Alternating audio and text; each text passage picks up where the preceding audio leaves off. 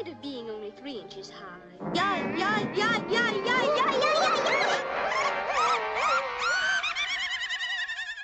Welcome to the Quarantine Collective's ongoing reading of Logic of Sense. In each reading, we'll be beginning, as much as possible, with the reading itself, followed by an unedited version of the discussion. Be ready for us to take various twists and turns, head down a few rabbit holes ourselves, and try to figure out exactly what's going on with the book. Enjoy.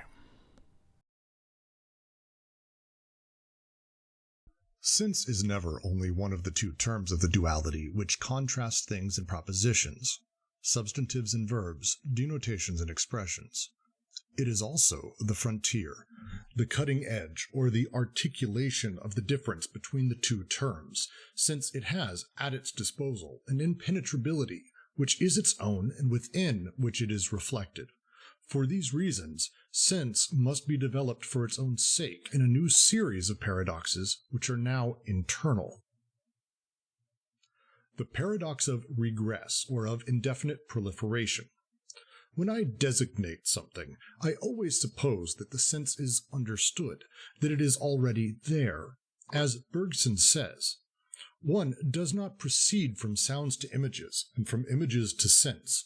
Rather, one is established from the outset within sense.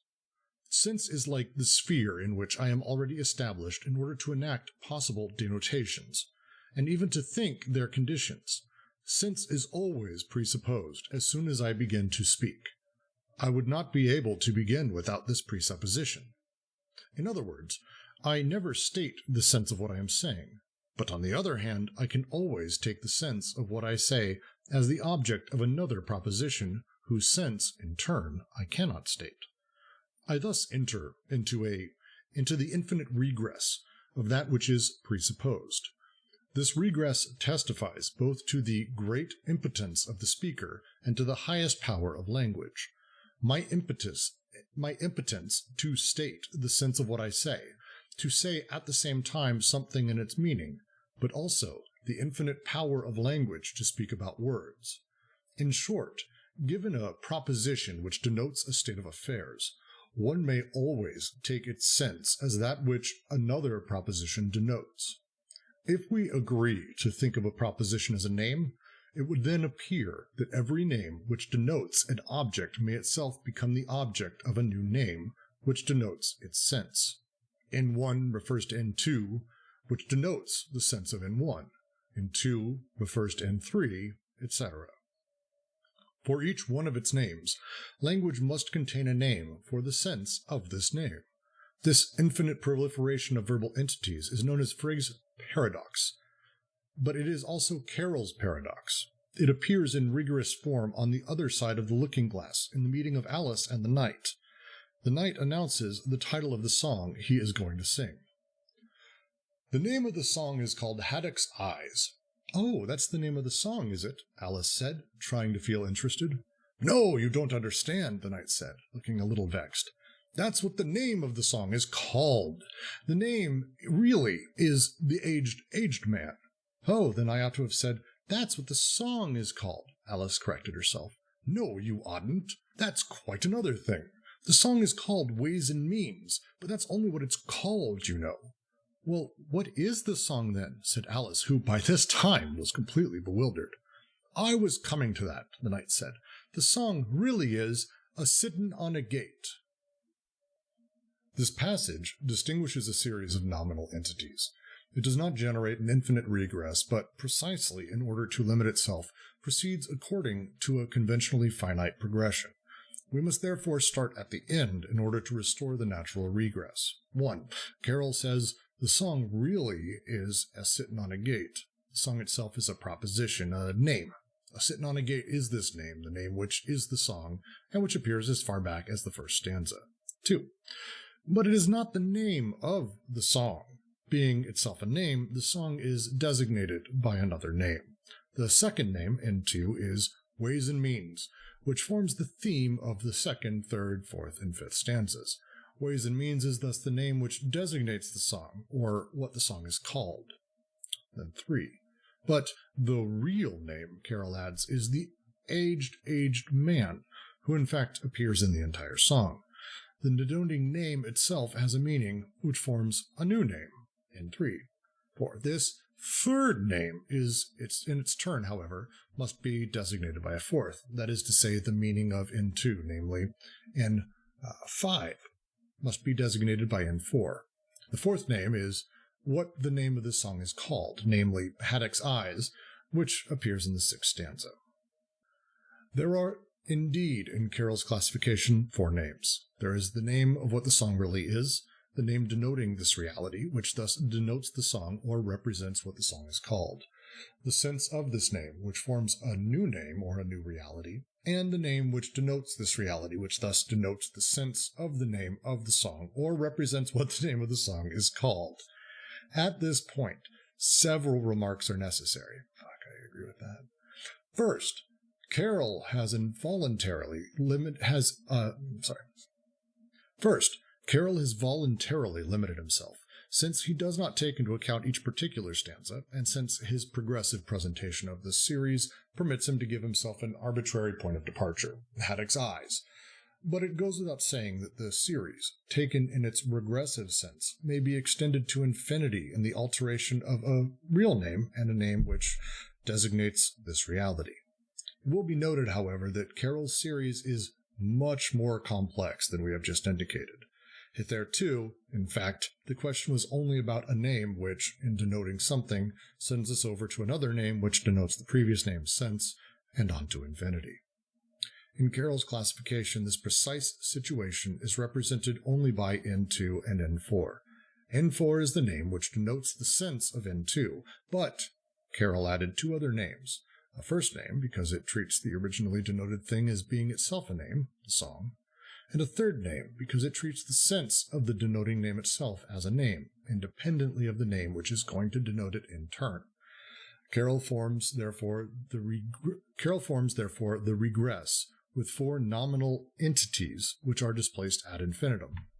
That is to say, he decomposes each couplet and freezes it in order to draw from it a supplementary couplet.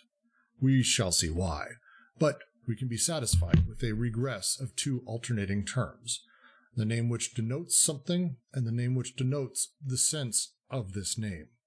This 2-term regress is the minimal condition of indefinite proliferation.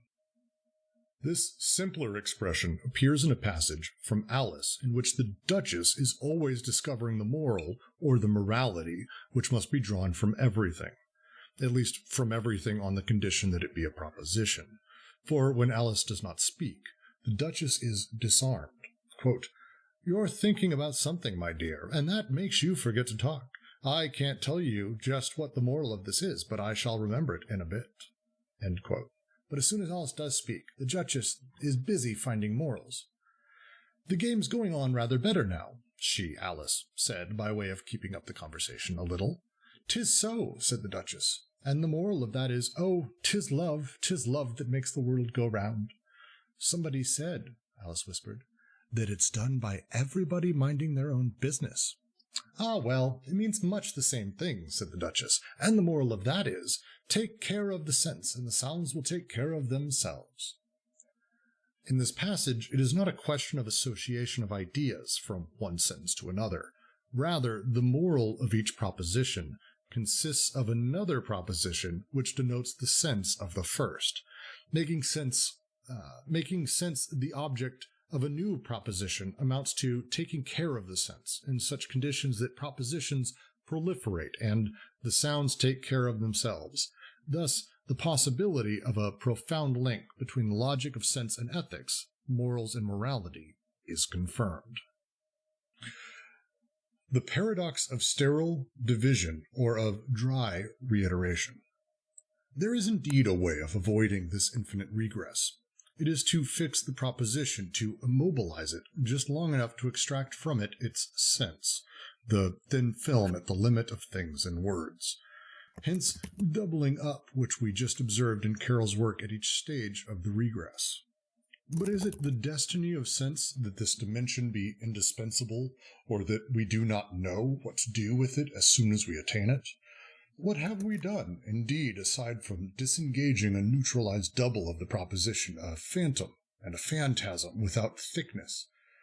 Is it because the sense is expressed by a verb and the proposition that the verb is expressed in its infinitive, participle, or interrogative form?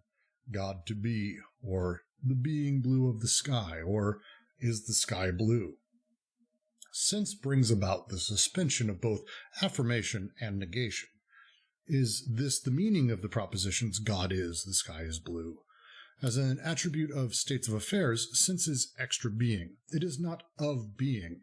It is an illiquid something, which is appropriate to non-being. As that which is expressed by the proposition, sense does not exist, but inheres or subsists in the proposition. One of the most remarkable points of Stoic logic is the sterility of sense event. Only bodies act and suffer, not the incorporeal entities, which are the mere results of actions and passions. This paradox may be called the Stoics' paradox.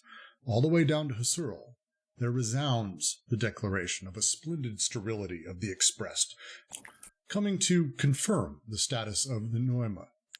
Quote, the stratum of expression, and this constitutes its peculiarity, apart from the fact that it lends expression to all other intentionalities, is not productive, or if one prefers, its productivity, its nomadic service, exhausts itself in expressing.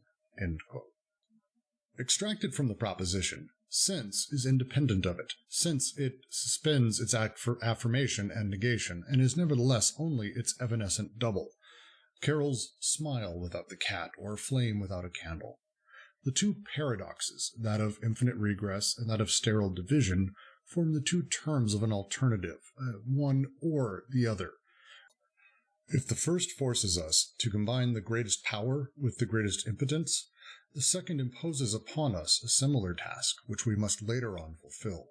The task is to combine the sterility of sense in relation to the proposition from which it was extracted, with its power of genesis in relation to the dimensions of the proposition.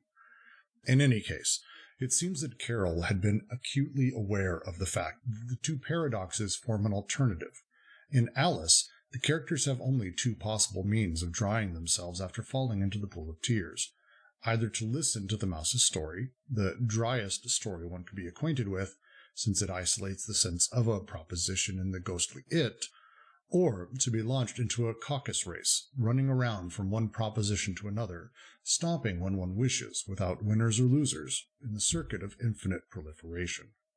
At any rate, dryness is what shall later on be named impenetrability, and the two paradoxes represent the essential forms of stuttering, the choeric or clonic form of a convulsive circular proliferation, and the titanic or tonic form of a fitful immobilization. As is said in Poetifit non necetur, spasm or whiz. These are the two rules of a poem. The paradox of neutrality, or of essence's third estate. The second paradox necessarily catapults us into a third, for if sense as the double of the proposition is indifferent to affirmation and negation, if it is no more passive than active, then no mode of the proposition is able to affect it.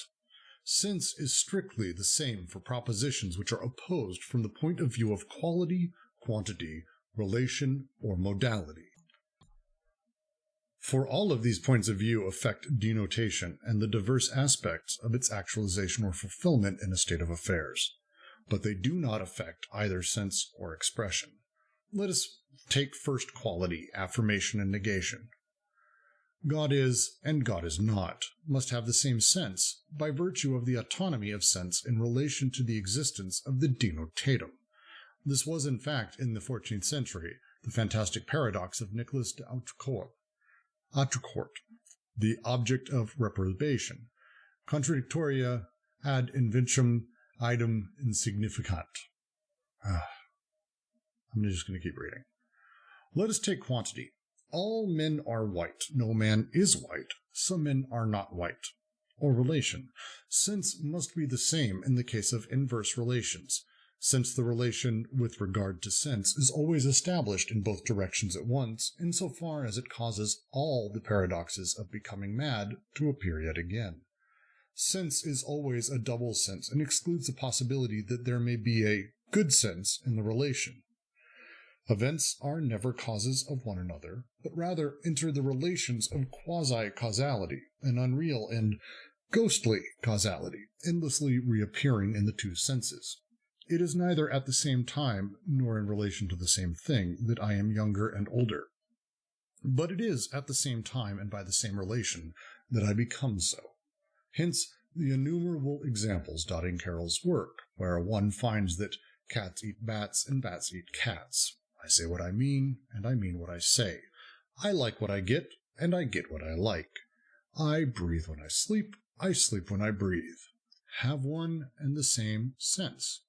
This includes the final example of Sylvie and Bruno, in which the red jewel carrying the proposition, all will love Sylvie, and the blue jewel carrying the proposition, Sylvie will love all, are two sides of one and the same jewel, so that one can never be preferred, except to itself, following the law of becoming, to choose a thing from itself. Let us finally examine modality. How would the possibility, the reality, or the necessity of the denoted object affect sense? The event, for its part, must have one and the same modality in both future and past, in line with which it divides its presence ad infinitum. If the event is possible in the future and real in the past, it is necessary that it be both at once, since it is divided in them and at the same time. Is this to say that it is necessary? One is here reminded of the paradox of contingent futures and its importance in Stoic thought. The hypothesis of necessity, however, rests on the application of the principle of contradiction to the proposition which announces a future. In this perspective, the Stoics went to astonishing lengths in order to escape necessity and to affirm the fated without affirming the necessary. We must rather leave this perspective, even if it means rediscovering the Stoic thesis from another point of view. For the principle of contradiction concerns the impossibility of the realization of denotation and also the minimal condition of signification.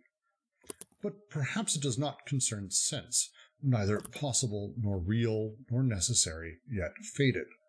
The event subsists in the proposition which expresses it, and also happens two things, at the surface and outside of being. This is, as we shall see, the fated. It behooves, therefore, the event to be cited by the proposition as future, but it behooves the proposition no less to cite the event as past. One of Carroll's general techniques consisting of presenting the event twice, precisely because everything occurs by way of and within language. It is presented once in the proposition which subsists, and again in the state of affairs where it crops up at the surface. It is presented once in the verse of a song, which relates it to the proposition, and again in the surface effect, which relates it to the beings, to things, and states of affairs. Thus the battle between Tweedledum and Tweedledee, or that between the lion and the unicorn. The same occurs in Sylvie and Bruno, where Carroll asks the reader to guess whether he composed the verses of the gardener's song in accordance with the events, or the events in accordance with the verses. But is it necessary to relate the event twice, since both are always at the same time, since they are two simultaneous faces of one and the same surface, whose inside and outside, their insistence and extra being, past and future, are always in reversible continuity? How could we summarize these paradoxes of neutrality, all of which display sense as unaffected by the modes of the proposition? The philosopher Avicenna distinguished three states of essence: universal in relation to the intellect, which thinks it is in general, and singular in relation to the particular things in which it is embodied. But neither of these two states in essence itself. An animal is nothing other than an animal, being indifferent to the universal and to the singular, to the particular and to the general. The first state of essence is essence as signified by the proposition. In the first order, and the order of the concept and the conceptual implications. The second state of essence is essence as designated by the proposition in the particular things in which it is involved. But the third state of essence is essence as expressed, always in this dryness and this splendid sterility or neutrality. It is indifferent to the universal and to the singular, to the general and to the particular, to the personal and to the collective. It is also indifferent to affirmation and negation. In short, it is indifferent to all opposites. This is so because all of these opposites are but modes of the proposition considered in relations of denotation and signification, and not the traits of the sense which expresses. Is it then the state of the pure event, or of the fatum which accompanies it, to surmount all the oppositions in this way? Neither private nor public, neither collective nor individual. It is more terrible and powerful in this neutrality, to the extent that it is all of these things at once. The paradox of the absurd, or of the impossible objects. From this paradox is derived yet another. The propositions which designate contradictory objects themselves have a sense. Their denotation, however, cannot at all be fulfilled, nor do they have a signification, which would define the type of possibility for such a fulfillment. They are without signification, that is, they are absurd. Nevertheless, they have a sense, and the two notions of absurdity and nonsense must not be confused. Impossible objects, square circles, matters without extension, perpetuum mobile, mountain without valley, etc., are objects without a home, outside of being, but they have a precise and distinct position within this outside. They are of extra being, pure, ideational events, unable to be realized in a state of affairs. We are obliged to call this paradox Magnon's paradox, for Magnon knew how to draw from it the most beautiful and brilliant effects. If we distinguish two sorts of beings, the being of the real as the matter of denotations and the being of the possible as the form of significations, we must add yet this extra being which defines a minimum common to the real, the possible, and the impossible. For the principle of contradiction is applied to the possible and to the real, but not to the impossible. Impossible entities are extra existence, reduced to this minimum, and insisting as such in the proposition. So today's series is not an easy one. I'm just going to say, obviously, by having a series titled Sense, after 5 of these in a book called Logic of Sense, there's going to be some harder points in this one than maybe the others. Each one of these paragraphs, I think we could spend excessively long discussing, and we may. I'm not going to put caps on time. I'm going to guide and sort of control this a lot less than a few of the other readings, given the sort of, how to put it, the difficult nature and the necessity of what I think is the nuance of each one of these points. And if there are questions, if there is a need to go over them and not clarity, I think it's worth us taking the time as a group. And I appreciate all of you for sticking with us as long as you possibly can through that. So there you go. So let's go ahead and start with how the book itself and the paragraphs itself opens up. Let me grab my PDF and it opens up with the idea in the first paragraph, and I would love to talk a little bit about kind of this first paragraph and its setup. The idea of sense itself is the articulation of the difference between two terms, contrasts things and propositions, substantives and verbs, denotations and expressions.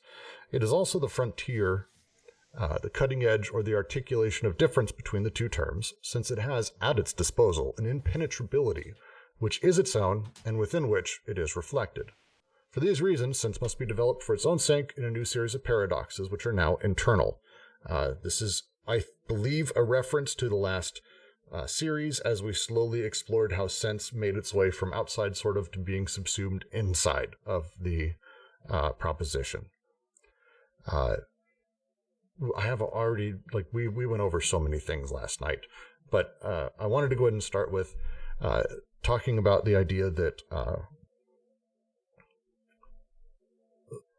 sense being an articulation of difference between the two terms, is this just a follow-up to the previous points? Am I right on that one? The previous point where it's a discussion about sort of sense being subsumed, how it splits the difference. It is the mist over the prairie or the pasture or the whatever he says, the valley, between bodies and effects.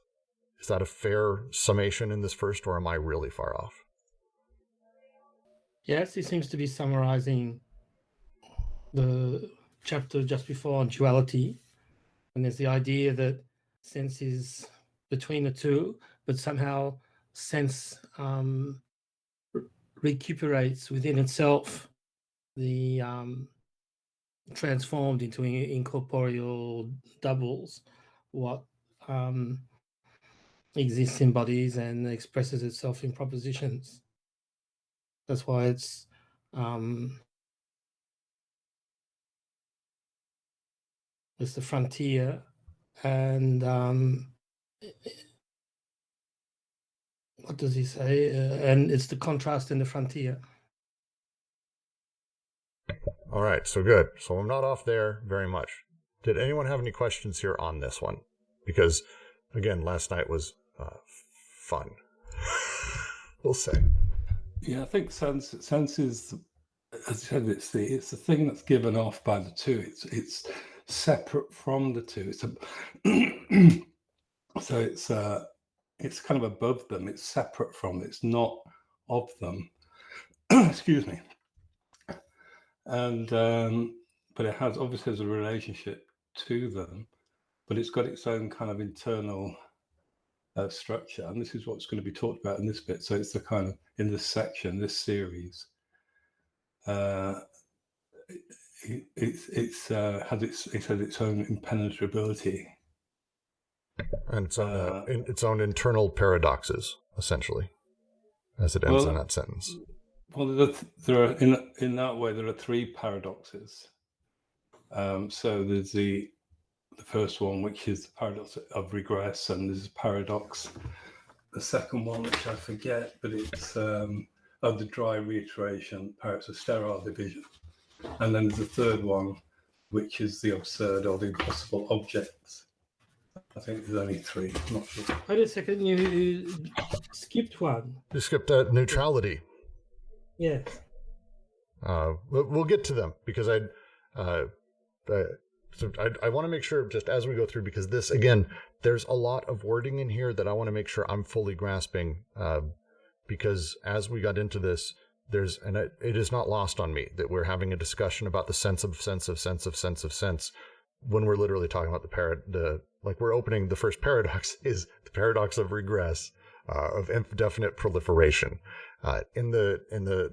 This grouping, let's call it this paradox, the example he uses, I think, explains it extremely well. The example of the knight talking to Alice, explaining the name of the song. Well, no, what the song is called. Well, the name of what the song is called. No, that's not the name of the song. And this kind of odd wordplay of the entire thing, essentially, that we're able to, as I understand it, in order to have sense of a proposition, that's great, but we can never describe the sense itself. Like, we can't actually get at it, so we have to create a new proposition to describe such a thing, which then creates yet again another sense, which then we have to create, and it kind of goes on and on and on and on and on. Forever. Yeah, I think the first thing to think is that sense is not something created as such. It's there. He says, I would suppose that sense is understood. So it's a kind of there. It's kind of like, it's within the context of speech, but it's not created by the proposition. It's within which something is spoken. So it's a presupposition. It's presupposed. So he says there on page whatever it is, the first page. He says, I've lost it now, but he says somewhere, I always begin with the presupposition of sense. It's without that I couldn't speak. So it's not like you say something and then the sense is created. You are within the sense as you speak. This section, as he's talking about this, I talked about last night. It reminds me of there's a book that The Arrival is based on, and this actually came up in another reading on the server. There's a thing inside of it that's discussed as Fermat's principle, and the sort of joke that is made in the comment about sort of the paradox of light is that light knows where it's going to end before it begins, like in the moment it starts. And so the idea of kind of its path, because we always know it's going to take the shortest path, the path of blah, blah, blah. It's always the case. So there's kind of a intentionality to it we can assign if we want to. This feels like sort of the same thing, that as we say a sentence by saying a proposition, the sense is assumed within it. And by doing so, kind of, we already know that by nature, the proposition is going to have sense because of how it's stated. Is that similar? Am I way off? Yeah, the quoted sense is always presupposed as soon as I begin to speak. I would not be able to begin without this presupposition. And then as he goes on to say, he said, you never state the sense. That the sense is not what's stated, but it's there within the proposition. It has this thing. It's there within it.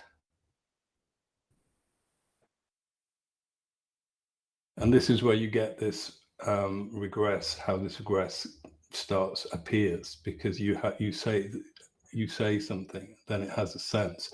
The sense has a name, or when he's talking about names. So you might say something as a name, it immediately gives off a sense, which has a name. The sense that's given up has a name, which itself has a sense. Yes, the sense is there, but it's non-thematized. So you're either in sense or not. So when you talk meaningfully, sensefully, you're in the element of sense.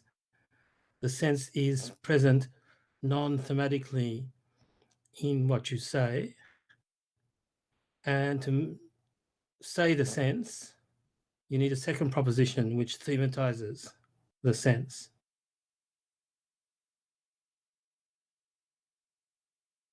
And so on. Yeah, I think the term is denote. I suspect there's similar denotation, thematization, but obviously Deleuze because he's talking previously about the structure of the proposition in terms of denotation. I can't remember signification, whatever they were, manifestation. And manifestation. And the fourth thing is sense. It's part of the proposition, but it's a thing that was only discovered. It's not always been there. It's discovered periodically throughout time. And obviously he talks about Meinong and Husserl as being the most recent manifestations of its discovery. So in the denotation, the denotation is the relationship between what is said and the image of what we see. And he said in that gives off a sense. This is what's given off in that. It's what is presupposed in advance. And then that sense itself invokes an image, which then invokes a denotation. I don't know if I'm going too far in saying that, by the way, but that's the relationship.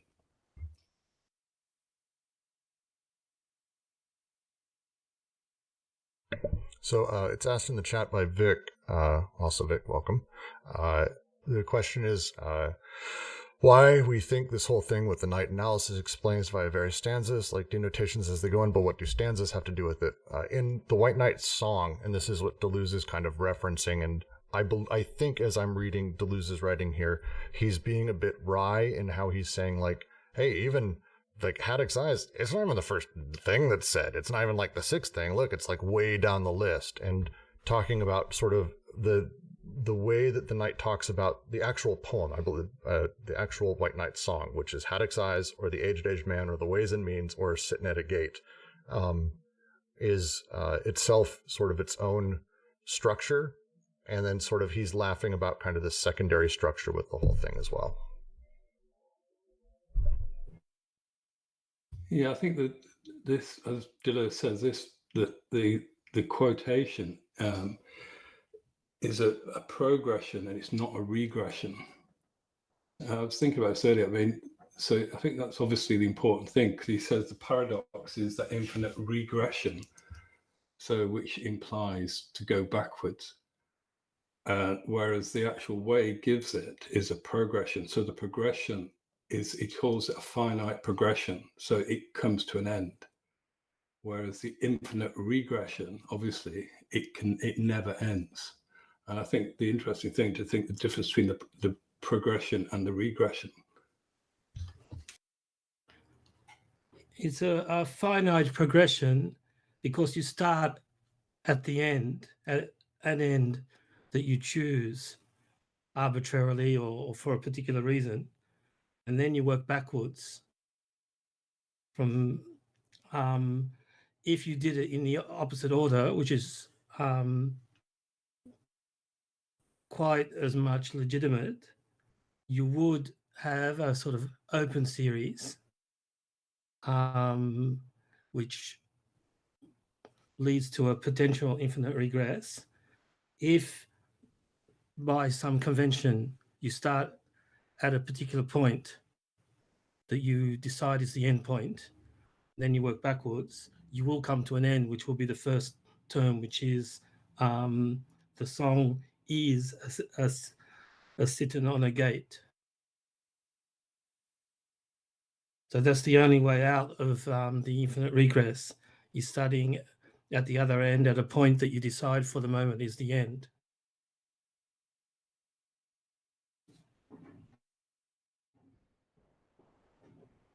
And is that point, so it's one of the things like we were talking about last night, is that point arbitrary, or is there a reason that people come to that point, or how that point is sort of derived? Well, in the text, he starts with haddock size and he works back till you get to the song.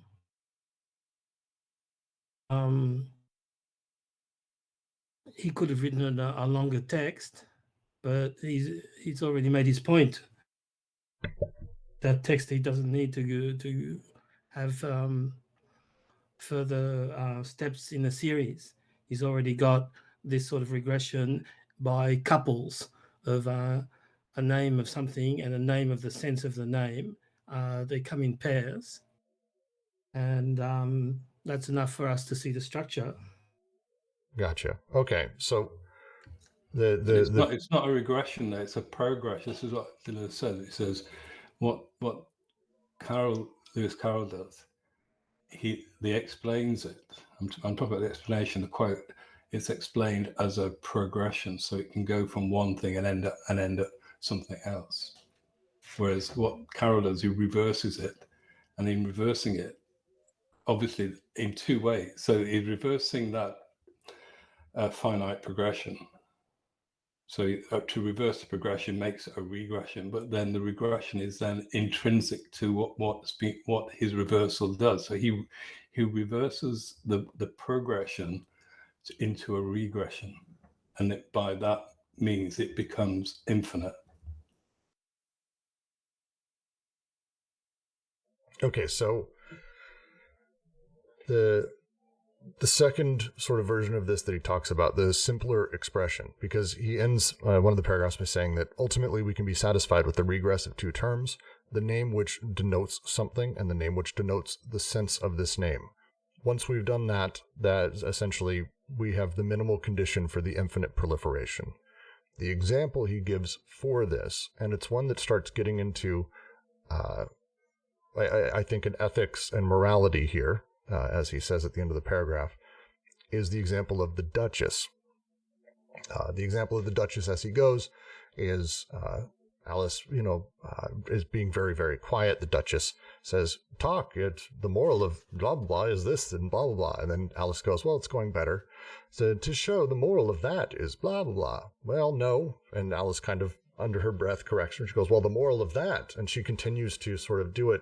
But it ends with that lovely note of take care of the sense and the sounds take care of themselves. As he puts it, in this passage, it is not a question of association of ideas from one sentence to another. Rather, the moral of each proposition consists of another proposition which denotes the sense of the first. making sense the object of the new, making sense itself, the object of the new proposition, amounts to taking care of sense. And in such conditions that propositions proliferate and the sounds take care of themselves. It's really great. I really like that section. The part that we got stuck on last night in our reading was this last bit where he's talking about the possibility of a profound link between the logic of sense and ethics, morals, and morality. The possibility is confirmed. How? Like, I don't mean to be like a sarcastic ass. I genuinely, like, this is not making super clear to me. Yeah, I know what you mean. I think the way I read it was that so your first proposition is stating something, but the second proposition is making a kind of judgment upon that, which is a kind of moral judgment in that sense, or an ethical judgment. So which you said the moral of that, which is so the sense can be stated as a moral statement, as an ethical statement. I mean, that's my kind of that's me trying to understand that. So the profound link between the logic of sense. So there's the logic of sense, which is what we're talking about in this section, I know the book itself, but in this section, an ethics or morality is confirmed. So the sense can be a moral one or an ethical one. Because one of the things he's saying is that one of the things he's saying about sense is that it's kind of abstract. It has no intrinsic meaning. But so that's a kind of strange thing, I think. But he's giving an example here how the sense of, so you've got a proposition, its sense is then stated as a moral, the moral of this is. So in that case, it exists. It is a thing. Yeah. I think also this is a sort of preparation for the consideration of the Stoic ethics of willing the event as the only ethical proposition. So he talks about care, and he's already mentioned that. We didn't comment on it last time. On page 28 in the fourth series, he quotes the refrain of the Snark. They sought it with thimbles, they sought it with care, they pursued it with forks and hope. Thimble and fork refer to designated or denoted instruments, but hope and care to considerations of sense and events. Sense in Carroll's works is often presented as that which one must take care of, the object of a fundamental care. So he's deliberately echoing Heidegger's key word of care, and he's giving it a different sense and a different application. So at the very least, care means reconceptualizing and re-evaluating a state of affairs as presented in a proposition.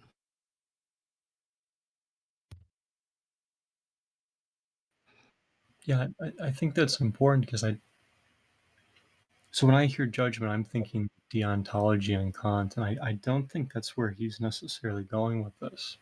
It seems to be an ethics of expression rather than something like judgment or obligation. And I say that because like the role of sense seems to be kind of like Terence is suggesting, bound up something like the event. So right, this sense acts as expression here. Sense acts as expression here, right? So there's something that logic does in terms of denoting a sense, right? Denoting something that's been expressed. But that's also an N1 and N3, right? When we're dealing with N2 and N4, you got the going both ways, right? And so I think when he's talking about the subsisting, ethics here is in doing something to the expression and the denotation, but more especially the expression, I think, here, as opposed to looking for what's kind of above that existing in the proposition, right? Because with the judgment itself, we're moving to manifestation. Interesting. So my reading of it was that let's take an Aesop's fable as an example. Very simple children's stories that have some kind of ethical sense about them and the reason they're being told. There's kind of two ways to tell them. One is to tell the story of the hare and the tortoise in the race. You tell the story, and then you end. The second thing you can do is you can say at the very end of it, well, the moral of that story is that if you go steady and slow, you always win the race. But those two things don't have the same sense. And one is now not only insisting upon the other, but now stands as its own ethics and its own charge, which then we also technically need to be able to say again, well, the moral of that is, and this kind of begins that process. And I thought that's what he's referring to when he says that there's a connection between the idea of ethics and sense here.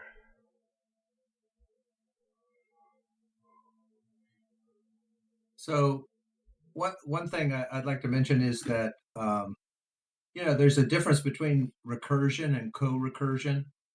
And so recursion kind of goes on to infinity, but co-recursion picks a point in that series and goes back down to zero. And so it's really co-recursion that's used in programming most of the, because otherwise you get these infinite loops. So, and another point is that Levinas says, interestingly, that at the hyperbeing level,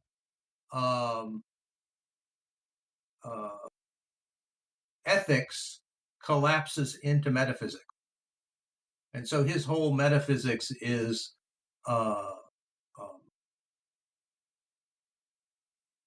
based on the fact that ethics collapses into it. And so you have this mutual bearing of the mother to the child. And so if you kind of extend that to the wild being level, you see that what happens is that aesthetics collapses into metaphysics at the wild being level. And so I think that's an interesting thing to keep into account because, Deleuze does this every once in a while. He makes a jump, and here, just because the queen gives a moral for everything, he's saying that there's this relationship between sense and morality, but he doesn't offer any justification for that. But a justification for that could be the fact that morality and then aesthetics collapse into metaphysics so that you can't distinguish them anymore.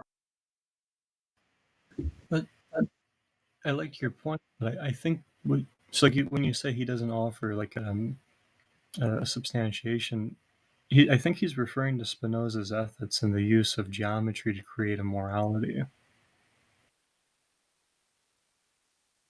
I think what you need to do in this section, I would say, is to look at what actually Deleuze says. So basically, you've got in the quoted passage, you've got proposition, moral, proposition, moral. So that's the structure of that section. Then he goes on to describe it. He says it's not association of values from one sense to another. Rather, the moral of each proposition consists of another proposition, which denotes the sense of the first.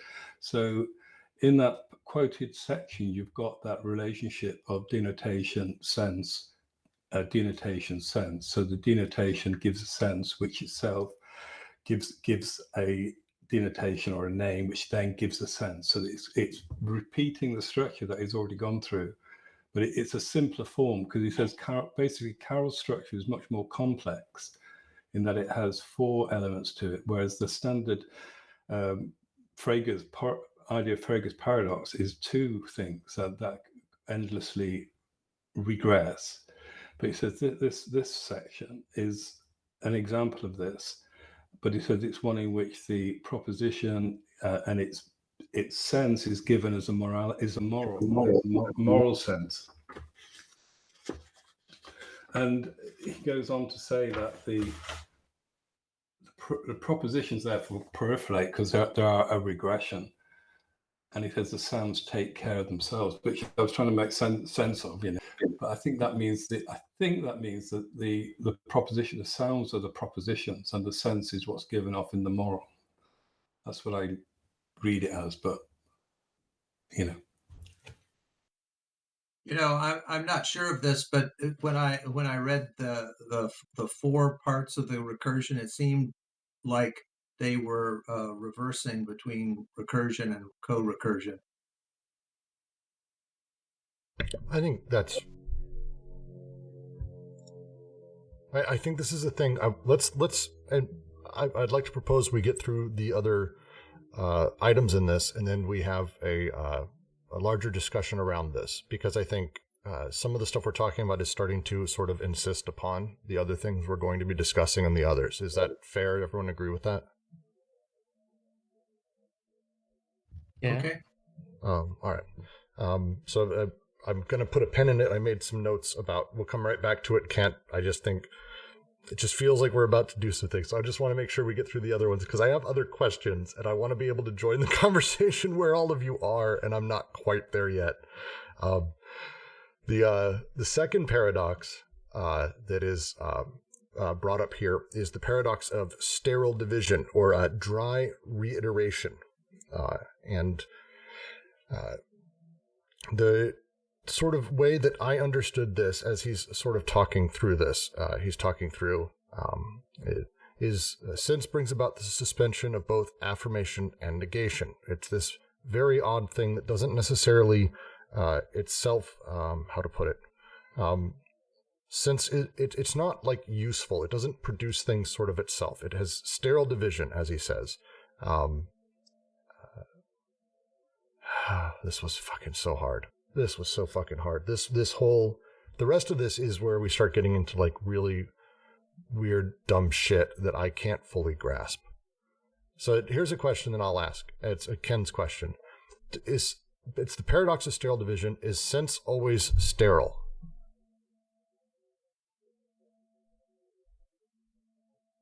Well, I think what he said about what, if I remember about sense, I think he said it's a liquid, so it doesn't mix with the other two. It doesn't mix, but it has the function of saying yes or no. It kind of then the sense has this affirmation and negation, as he says, but it's external to them, to the body and the proposition, if I remember. I think for me, this is, it says it's sterile division. It's something extracted. The sense is here, is not in the previous example. Sense was part of the regression, the infinite regression. So it's a thing that never ended. Whereas this one, it stops. It's the taking the sense out of the proposition, which stops that regression. And I think the example that Deleuze gives is the cat, the smile without the cat. That's a sense extracted from the totality of the thing that can be expressed in a proposition. Just the smile of the cat, or as he says, a flame without a candle. It seems to me that what it means is that if you take sense away from the proposition, then it doesn't really mean anything anymore.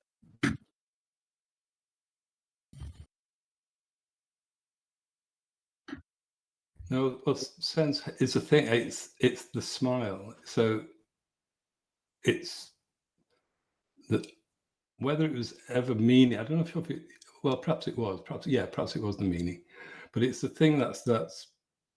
So the example it gives, like I say, is a Cheshire cat, the smile of the cat without the cat, and it's that image. And the same with the flame. It's the thing given off by the candle, the flame without the candle.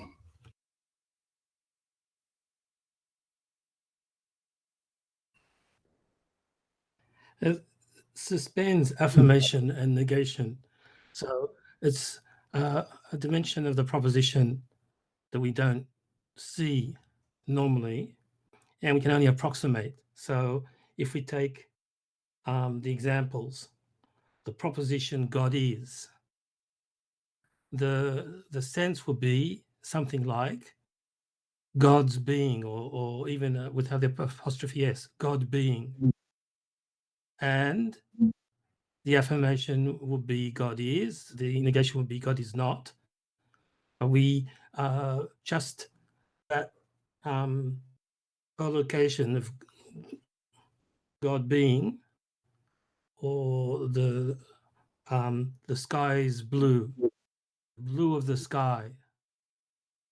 The proposition would be the blue of the sky is beautiful, or the blue of the sky is a myth. We live on Mars. They will be propositions, but resonating through them, there's what he calls the infinitive, participial, or interrogative form. I talked about that, I think, a couple of weeks ago, that French, when it wants to do something that is in suspension between affirmation and negation, will go to the infinitive, and it has almost no use for the gerund, which is the nominal participial form. And in English, will just as easily have an infinitive form or a participial form. So they're the sorts of things that are evanescent, because they'll be immediately actualized in an affirmative or negative proposition. So okay, so to try to say another way, because I believe I'm starting. God, I hope I'm starting to understand. With the first paradox, the indefinite proliferation paradox, the names, senses of names, the names of senses, etc., kind of forever. That we can at any point go, oh, we're going to step outside of this and not deal with that, by ultimately fixing the proposition, by making the proposition sort of concretized, and then pulling the sense out sort of as this other thing that is my words are failing me. I'm trying not to use literally the words he's using here, but to essentially pull sense out of it. And when we do that, when we have the sense of the thing, without really the proposition, it kind of completely fucks affirmation and negation in and of itself. Because ultimately sense is itself sterile, in that sense, as he says here, neither acts nor suffers. Like, sense event doesn't do anything necessarily. That's not really how it operates. Is that even closer, or am I off? Well, one thing we should remember is that, like Kant says with aesthetics, you have to have some kind of distance from the aesthetic object to appreciate its beauty. And so that sense of distance is beyond affirmation and denial. That's why you can have things that are disgusting that have sometimes aesthetic value, because you have this distance from them, and you can appreciate them in a different way.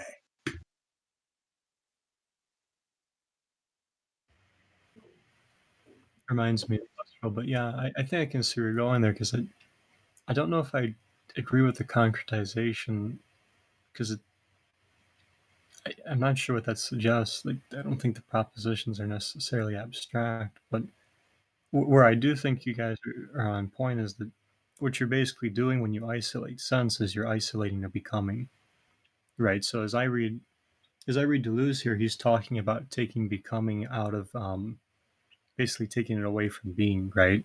And so in this way, there's no being for it to rely on. But because there's no being, right, becoming's kind of something's happening to it that's basically pushing it out of the relationship with being, right? And in this sense, there's a sterility, as I'm taking it there, because there's no possibility for pausing in that. More so like when you have like an infinitive, right? An infinitive is potentiality, but it's not doing anything. So it's like a phantasm that's not able to really actualize, I think would probably be the word. It feels like he's talking about how some people get to the point where they're talking about the ideas of things against ideas of things as if they're like directly dealing with bodies, but they're not anymore. That the use of like Terence was talking about, God is takes the concept, the very fluid concept of God as a thing, and this very ephemeral thing, but adds a is, which is to me that when I use the term concretizing, that's kind of what I'm more meaning. So maybe concretizing is not the right word, but adding like definite angles and defined. What is the term he uses? Descriptors, essentially. God is, the sky is blue, giving the nature of things that have, like, in and of itself, a sense, but we've removed it now from the thing we're talking about. And so now we're talking about events of events, and that's not really how it works. Events don't do things. They don't suffer. They don't collide. They're not bodies.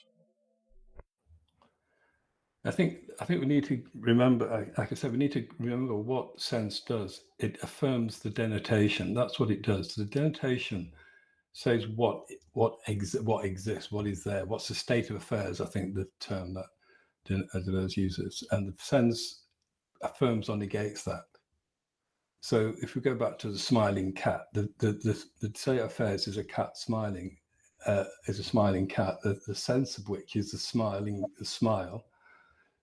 If you take away the state of affairs, you're left with the smile. That's the sense of the Cheshire cat. The Cheshire cat is a cat that smiles. You take away the state of affairs, i.e. the factually existing cat that's smiling, what you're left with is its sense. The sense of the Cheshire cat is it smiles. And I think that's what says. So the thing of God is that the sky is blue, these are not statements of fact. They're not statements of states of affairs.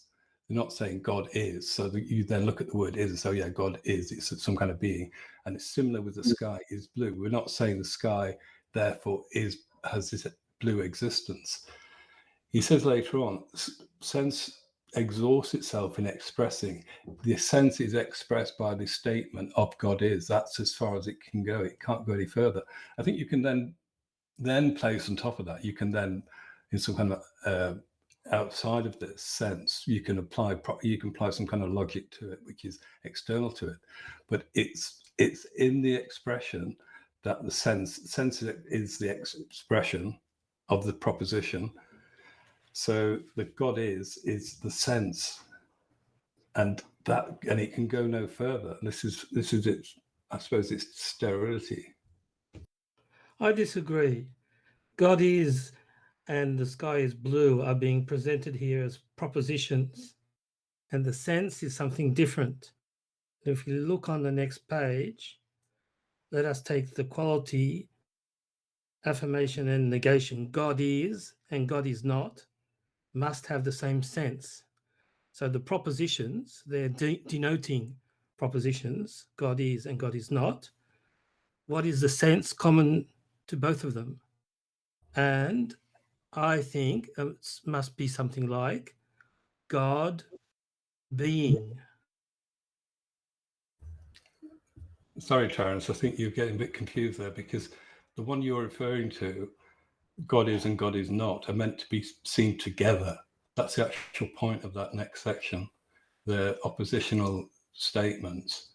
So what we're talking about in this section is he says, is this the meaning of the proposition God is? So sense brings about the suspension of both affirmation and negation. Is this the meaning of the proposition God is, the sky is blue? So I think referring to this section, I think he's saying that the sense of that. They're convergent, but these two are propositions. They're affirmations in this case. And sense is not affirmation, it's the suspension of the affirmation. So can I say something here? I think we should remember what Nathan Hellerstein came up with when he analyzed G. Spencer Brown's laws of form. That paradoxical logic, like in his diamond logic or delta logic, um, uh, it always comes in pairs. So, there's contradiction, then paradox, then absurdity, then impossibility. So there's the two contradictions make a paradox, two paradoxes make an absurdity, two absurdities make an impossibility. So here we're talking about the two paradoxes and the relationship between that and the next level up, which is absurdity. I this is how we did last night too. This feels like deja vu, because a lot of this is kind of this. So for me, the specific lines about specifically God is and the sky is blue, it's a reference and a proposition itself that is intended to be a commentary on the previous sentence, which is talking about the idea of a proposition that the verb is expressed in its infinitive, participle, or interrogative form. God to be, or the being blue of the sky, or is the sky blue. These concepts, as he's writing them here, is about sort of the being, the nature of bodies colliding, events generated. However, sense brings about the suspension of both affirmation and negation. Is this the meaning of the propositions? Are those things he just said, is this the meaning of the propositions God is, the sky is blue? Feels like to me that he's making sort of that point of sort of the finality of sense. Whereas if I were to say, I feel like there's an imminent intuitive difference between me saying, oh yes, no, I'm looking up, the being blue of the sky, versus me saying the sky is blue. One feels like a thing where we could actually have like some almost poetic side conversations, or there's a bigger thing there. But if I say the sky is blue, it's almost that's the end of the statement. That's it. Done. There's no more, there's no other things to get here. Off you go. Next thing you do. And it feels like that's what he's kind of pointing at. Yeah, I'd agree. I think because that's the sense. That is the sense, and it can go. No, that's the proposition. And a proposition is always a denotation. Where he calls it a proposition, and a proposition denotes the sense is what he said just before: God to be, or the being blue of the sky, or is the sky blue? That is to say, the infinitive, God to be, being blue of the sky, participial, and interrogative. They're as close as you can get to formulating the sense. After he says, is this the sense of the propositions? I don't know why the translator put meaning in. It confuses things. So he's referring back to those. And then we get the propositions, God is, and the sky is blue. And he's referring back to what looks like a rhetorical question, but in fact, it's not rhetorical at all. That's what he's been saying all along. When you get to sense, you get to the infinitive, or to the participial or gerund form. Okay, I'm going to ask then very pointed question, and I'm going to ask Terrence and Derek and Kent, all three of you. It's a very easy yes or no. He says the sentence, is this the meaning of the propositions God is, the sky is blue, ? Is the answer yes or no? Well, I mean, I'd like to say that, so you can like whether a proposition is true or false, you have to go out and look at the sky to see if it's blue, right? But then there's the question of, are you affirming that it's blue, or are you denying that it's blue, right? Which is different from true and false. And if you're neither denying or affirming, then it's in suspension. And so basically what he's saying is that you can make statements that are in suspension. In other words, they're isolated from either being true or false, or being affirmed or denied. They're just a statement. And those statements are sterile in some sense, because you're stating them in, what Husserl would call suspension. Yeah, I tend to agree with that. I think they're not kind of analytical. They're not saying, oh yeah, God has being or something like that. They're just saying God is. That's the sense of it. And it's not saying, therefore God is take God isn't, it's not implying that it's opposite, say. So I think, I tend to agree with what Kent said. And I say no. I say, is this the sense of the propositions God is? I cross out, meaning I put sense, because it's sens in French. And I see God is a denotative proposition. The sky is blue is a denotative proposition. And what is said before, God to be, or the being blue of the sky, or is the sky blue, are is the sense expressed by the verb in the proposition in its infinitive, participial, or interrogative form. And this is confirmed everywhere in Deleuze. The sense, the closest you can come to expressing the sense in language, because in fact it's a dimension, but is in the infinitive and in the totally indefinite pronoun. So aliquid for me is Latin, and well, he's not giving an example of that in the propositions he's using. So for me, the sense is got to be, because you haven't affirmed or negated. You've just said that the subject or the theme or the content of thought of what we're discussing is the being of God or God to be, or it's the being blue of the sky, and we can come down either way when we start denoting. But when it's suspended up in the air like that, like a mist, God to be, it's the sense. But that's a radical difference of interpretation. If I could cut in, I think you're right, Terence, because if we go back to Paradox 1, it's the difference of being and becoming is located in the verb, right? So the proposition, by creating like a subject and predicate, right, you're denotating and everything, right? So like there's a sense, but that sense is being denoted, right? When we move into N2, right, then you're creating a denotation of the sense again, but that sense, like you're saying, especially in the second paradox of this series, is in the verb, right?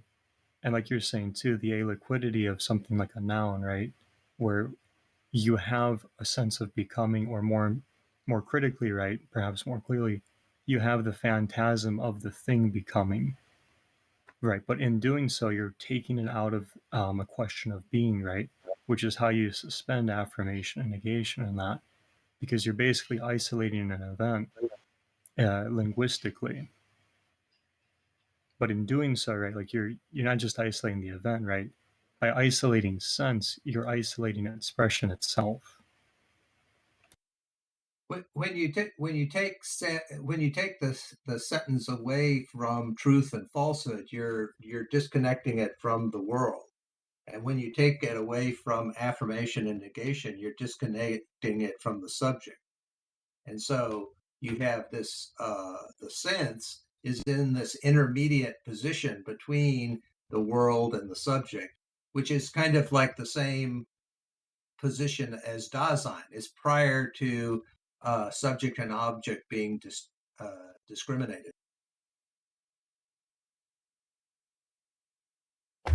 Well, it's between the bodies and the language, right? Or between like the nouns, and I think he calls them like the substantives. But sense is that frontier between that, right? It's the becoming enabled in expression, which is why if you isolate becoming, right, you're moving it out of being, or you're basically cutting it off from being, right? Which is why it's extra being and this like non-being talk is coming up, because you're basically, as I understand, you're talking about becoming, or particularly the expression of becoming, without a reliance on being altogether. Well, I think Terence said it best the other day when he said it's the different. They're both in being. One's in extra being. One's in regular being. But the real difference here is between existence and insistence. Also, language is posing us a problem. It's getting us confused. I wanted to go back to the third series of the proposition, page 21, when he talks about the tree is green, because there's a mistranslation that's important for me. We distinguish between green as a sensible color or quality and to green, an infinitive, as a noematic color or attribute. The tree greens. This is not finally the sense of the color of the trees. That is to say, to green is the sense. And then he says, but it's mistranslated, and is not the trees, its global meaning. In the text it says, is not the tree greens, which doesn't make sense at all. And in fact, it's in the French, it's the trees. So even the noun is, in fact, in its dimension of infinitive. So God to be, you've got, it would be sort of, if you wanted to force the language, it would be Godizing to be. God is Godding. God is Godding, and we're talking about the being of Godding. But he's already forcing language enough. But that's it. The sense is these becomings, these infinitives, and the proposition, once it's conjugated with a subject and an object, with a noun and a conjugated verb, we're in the realm of signification and denotation and manifestation. Yeah, I think you're spot on, because when you do that, right, you're moving back into the first paradox where you're starting to deal with denotation again, because you're introducing like the subject and a proposition.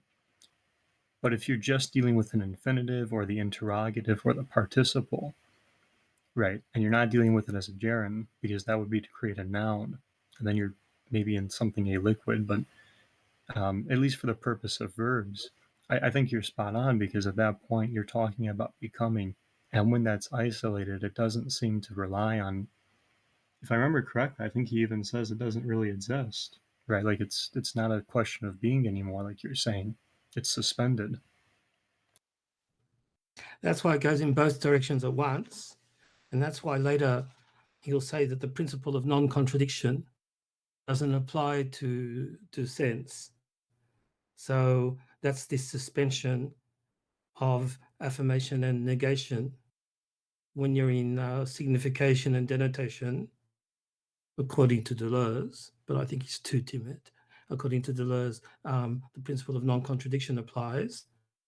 When you're in sense has suspended this bivalence, and it's a third value.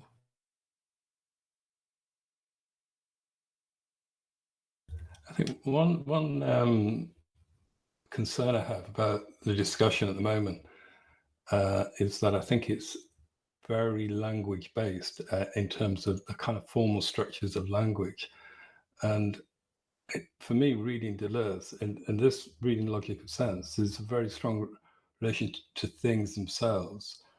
Obviously, the thing is expressed in language, but for me, for example, the notion of the Cheshire Cat,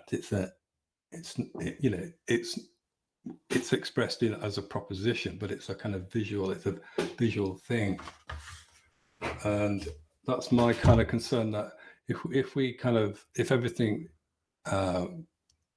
comes down to the structure of language, in fact the grammatical structure of language, I've got a feeling we may be missing something. I don't think I can disagree with that. I think that's right. I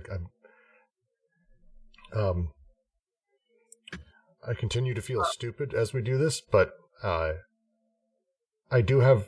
Could I just say that? Please. He has this statement where he talks about the pneuma, saying, can phenomenology be seen as doing something different than Husserl originally thought, that is describing sense. And so there is this problematic of the relationship between this and phenomenology. And I believe this is tightly coupled to genetic phenomenology. So, I'd agree that there's there, there's in the section we're reading right now, there's this emphasis on language. But, as we go on further, I think there's going to be an emphasis on phenomena. But I think it's always language though in relation to bodies, the things as they exist in the world. I think that's the kind of crucial relationship, that if everything resolves down to a kind of grammatical structure, we're missing the thing that motivates the expression. So the expression is the sense. The sense is what's expressed in the proposition, but it's only in response to something being like a state of affairs, bodies in the way they interact. And it's always this relationship. The two sides are the bodies and the I can't remember. Is it the events? I can't remember the two sides of what's expressed, the bodies and perhaps the proposition, the language. And the sense is this third thing that's being given off from that. The Cheshire cat is like a perfect example of what we're talking about. So, because the question is, once the body of the cat vanishes, what's left over, right? And in the image, it's the smile of the cat that's left over. Well, just the fact that if the cat's talking, that's one thing, but if the cat's just smiling, that's another thing. Yeah, like if all that's left is, say, the body without the productive parts inside of it, what's going on? I can't imagine that there's any other things that might relate to. I not that I'm drawing lines. It just feels like there's a lot of very specific things that they're talking about here that kind of relate to some other stuff. It just feels like it to me. I may be way off. So if you think about the unicorn, right? I mean, the fact that unicorns don't exist, but still, unicorns exist. Okay, is that true or false? Well, that's false, right? But do we have to affirm unicorns or deny unicorns? They're just something in culture. Whether we deny them or we affirm them, they're just something in culture. But as that thing in culture, they don't really have any effect on anything. So that's the sterility and the suspension of the concept of the unicorn. Well, it would be the unicorn's impossibility, right? Because the semiotics, if I remember correctly, deals with possibility in the third paradox. But that last paradox is going to move it to the impossibility of something like a unicorn, right? Yeah, I'm not sure that unicorns are impossible, because there have been some creatures that did have single horns, just no horses. Right, but we're all good rollingites here. We know that for it to be a true unicorn, someone has to drink the blood and gain a sense of immortality, right? We've got that on the scholar J.K. Rowling's word. I see. Okay. Yeah, a unicorn is not just a horse with a horn. It's a magical being. Well, from the beginning of this paragraph with the cat, extracted from the proposition, sense is independent of it. So sense is independent of the proposition, which affirms or negates, since it suspends its affirmation and negation, and is nevertheless only its evanescent double. So we've already seen a figuration of the evanescent double with Alice when she gives up the depths in Alice in Wonderland and crosses to the other side of the mirror in the sequel through the looking glass. And she disengages an incorporeal double. So she's in the element of sense. The Carol's smile without the cat, that's pretty close to being a metaphor, even though Deleuze is against metaphors. It's an image of what could be the evanescent double of the cat. A smile is not an evanescent double of just any cat. So it has to be a Cheshire cat, physically, whatever the physical characteristics of a Cheshire cat are, including quantum tunneling capacities. And the smile is evanescent. We know it's evanescent in the ordinary sense because it disappears, but it's the veritable sense, the Cheshire-ness of the Cheshire cat. Once the Cheshire cat is elevated or taken up into the element of sense. Flame without a candle, I think that's a less good example, but it's still a similar thing. It's like the mist over the prairie. Once again, the candle is a physical thing. The flame is the sense, because it's not a candle if you can't light it up. It's a piece of wax or with a bit of string in it. For it to be a candle, for it to have the sense of a candle, it needs a flame. So in a sense, just as on the side of language, God to be is the sense of God, the two propositions, God is and God is not. On the physical side, the flame is a good figuration of the sense of the candle. It's evanescent double, but it's not really the attribute, but it's a figuration of the attribute.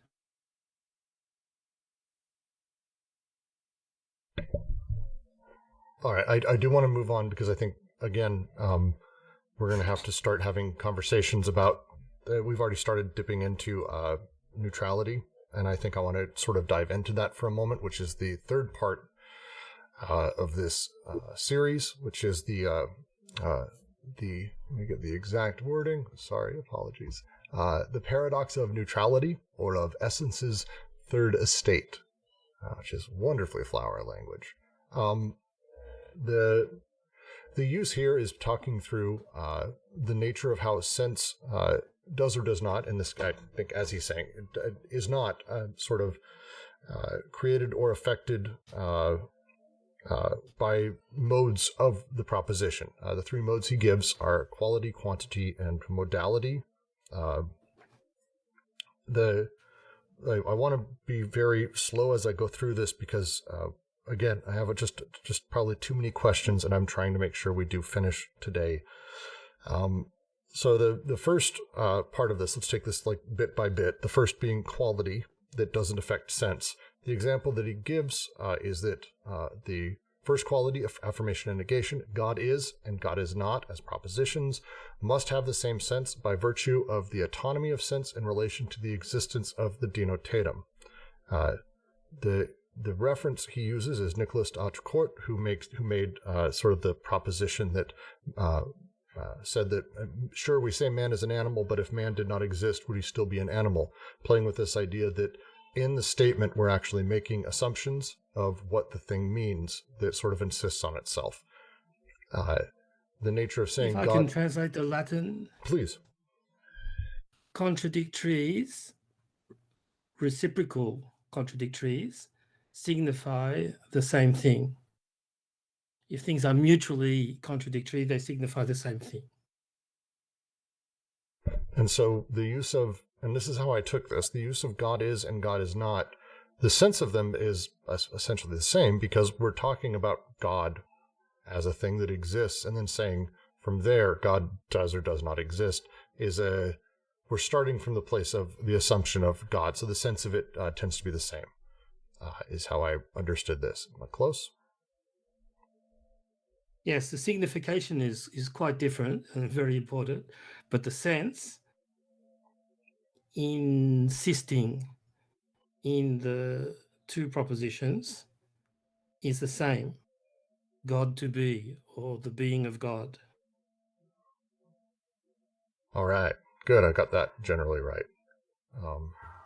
We went down a huge hole. Oh, sorry, Derek. Go ahead, please. I think the essential thing is that the propositions are opposites. They're negating each other or attempting to.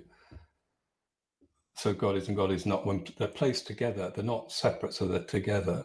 But in that placing together, the sense is the same. And the obvious reason why this is being brought up now is to show the neutrality of sense. So as we go back to the beginning of this section, if sense is the double of the proposition, it's indifferent to affirmation negation. So it neither says, it neither affirms or denies a proposition. It's no more passive than active. Then no mode of the proposition able to affect it. So the mode of the proposition here is one of opposition. It's the proposition should be seen together, not as two separate things. So God is and God is not taken together seem to deny each other, but because of what's previously said about sense, then they don't. So the meaning is in the paradox of neutrality rather than in the expression. I think the tough one is indifferent to affirmation and negation if it is no more passive than active. So if we take the rough and ready equivalence of sense with an infinitive or a gerund, an example, I don't know why I think of it, is being, well, I think we see it with Freud, a child is being beaten, is beating, someone is beating someone else, aliquid in both cases, or someone is being beaten by someone else. The sense is the being beaten, because we're obliged to say it twice because our language is configured like that, but the sense is the two at once. And it's the instantiation in denotation that makes it come out as X is beating Y, or X is being beaten by Y, which for us are quite different.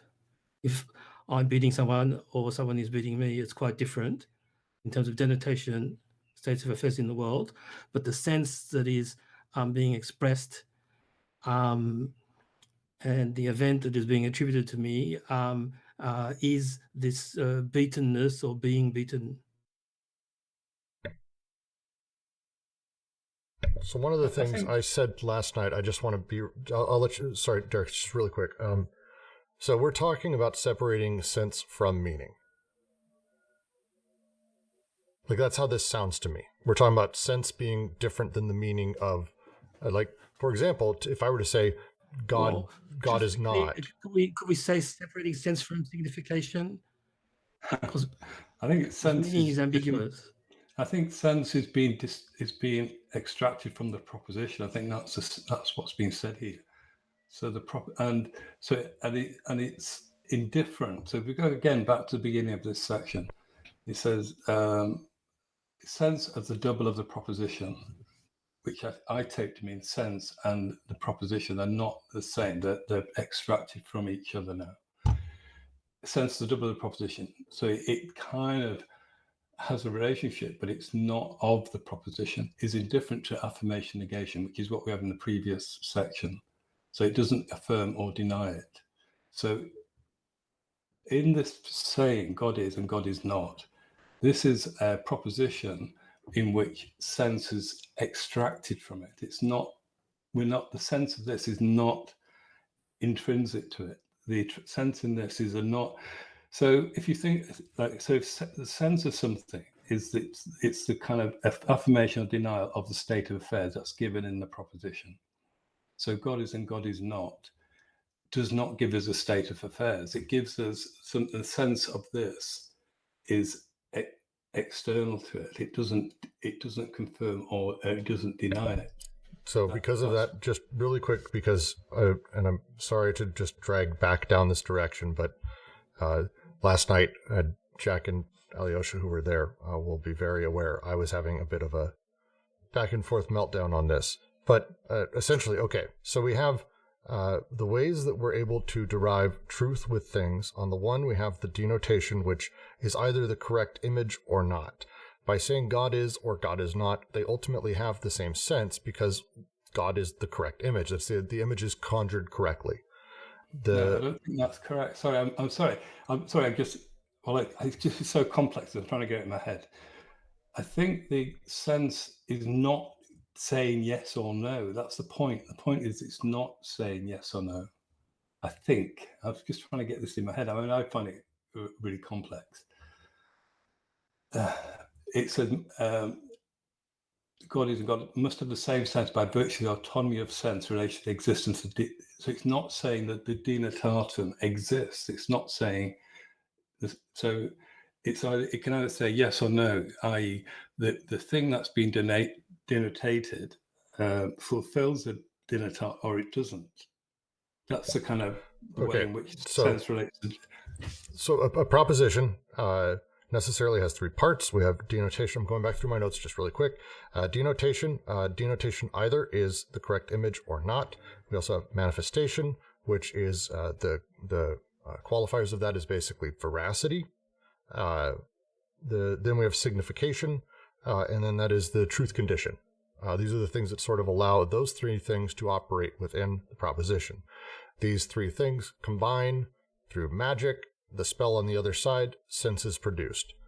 This is seems to be very cleanly saying that sense is a separate thing than the actual, let's say, result of denotation, manifestation, or signification. That sense is an extra layer to that. I think what's being focused on is a denotatum. So he says the existence of so that's the thing. So the state of affairs that's given by the proposition. And the relation of sense to the state of affairs is that it says, yes, that is the state of affairs that's being denotated, or no, that is not. In this sense, the denotatum and the sense are separate. They're not, there is a sense in this proposition, but the sense is not one of saying yes or no. And it's neutral.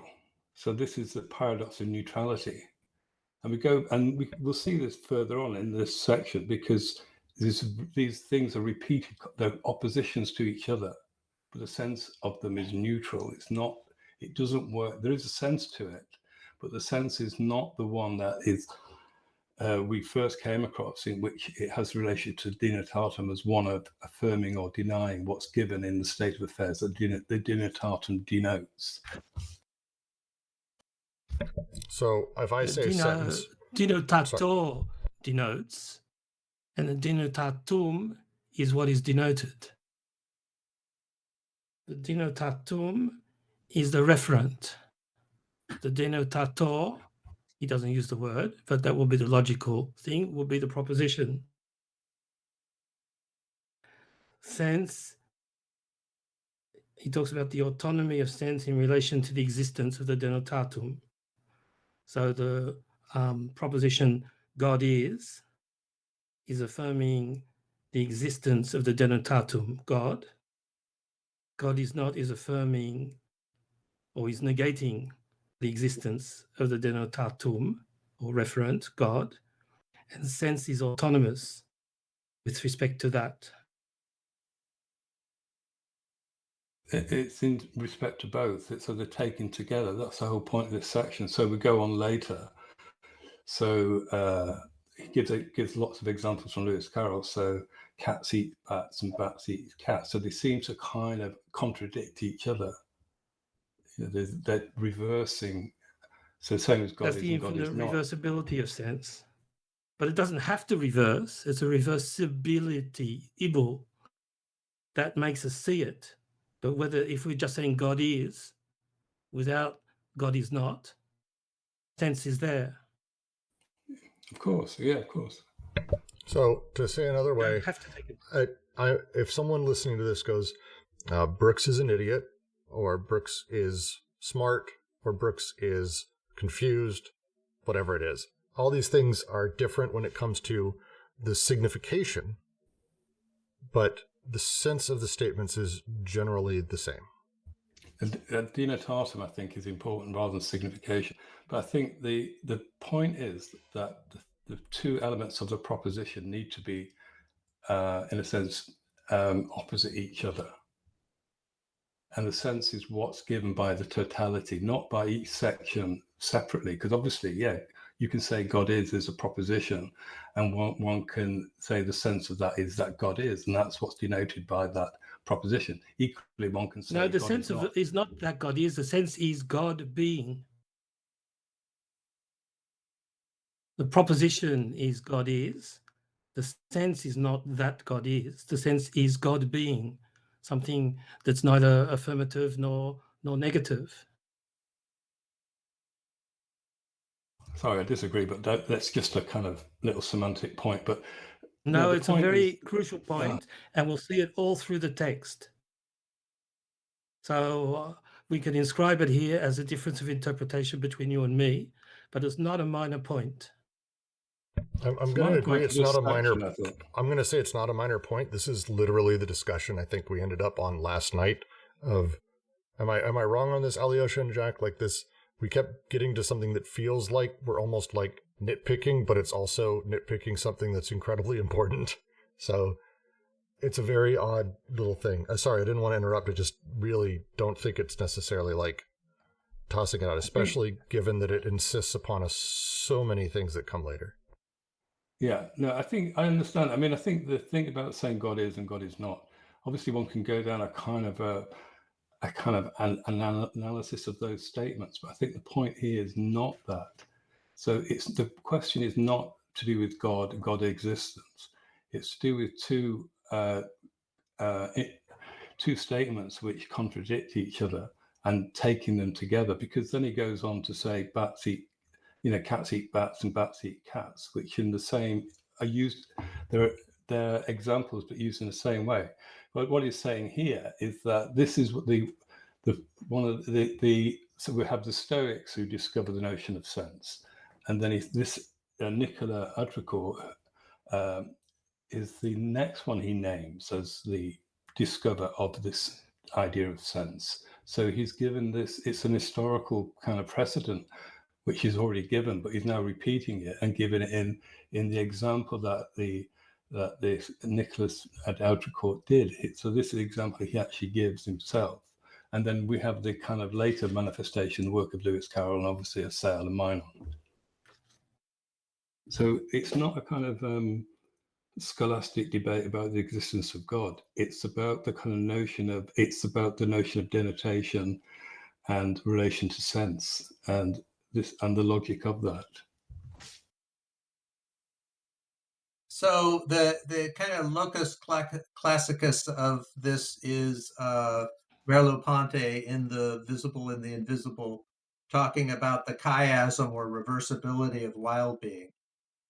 And basically what we're talking about here is that when you reverse the two words, if there's a difference of meaning, then like if you say being becomes, or the becoming of being, if those two locutions mean something different to you, then that's the sense.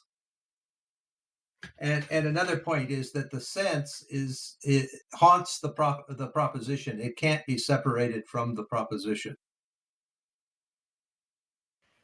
Well, it can be isolated. It's like quarks in quantum mechanics, that they're never seen as separate. We can conceptually we can isolate them, but they never actually exist separately. Okay, I think I can follow that. But if that is so, I think it's because something it's like the proposition relies on what subsists it, right?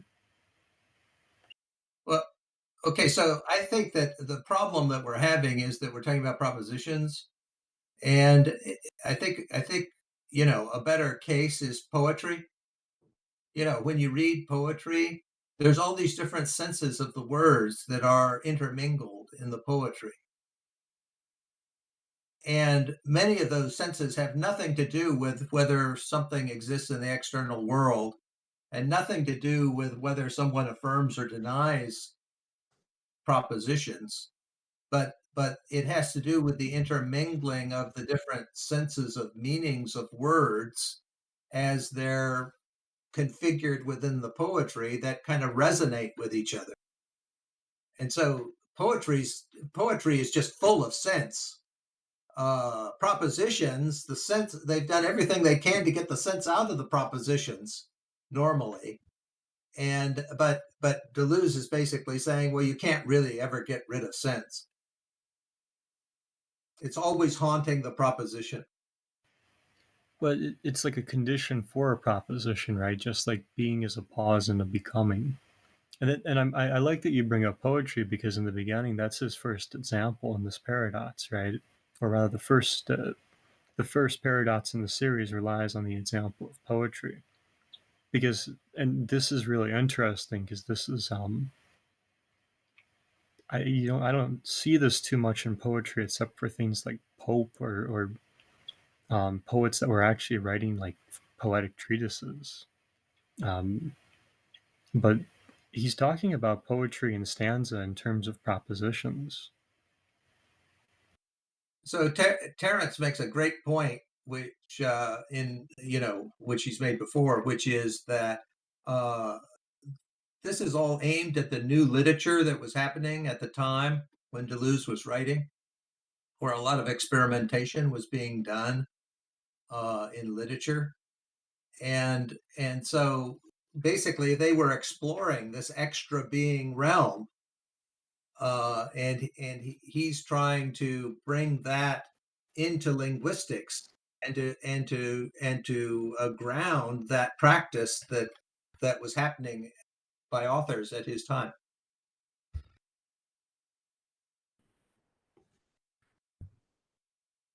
So, for instance, let's just give an example: Finnegan's Wake.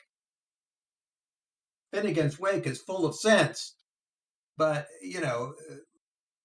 in terms of truth and falsehood, or a denial and affirmation, you're just lost if you try to figure out what Finnegan's Wake means in those terms.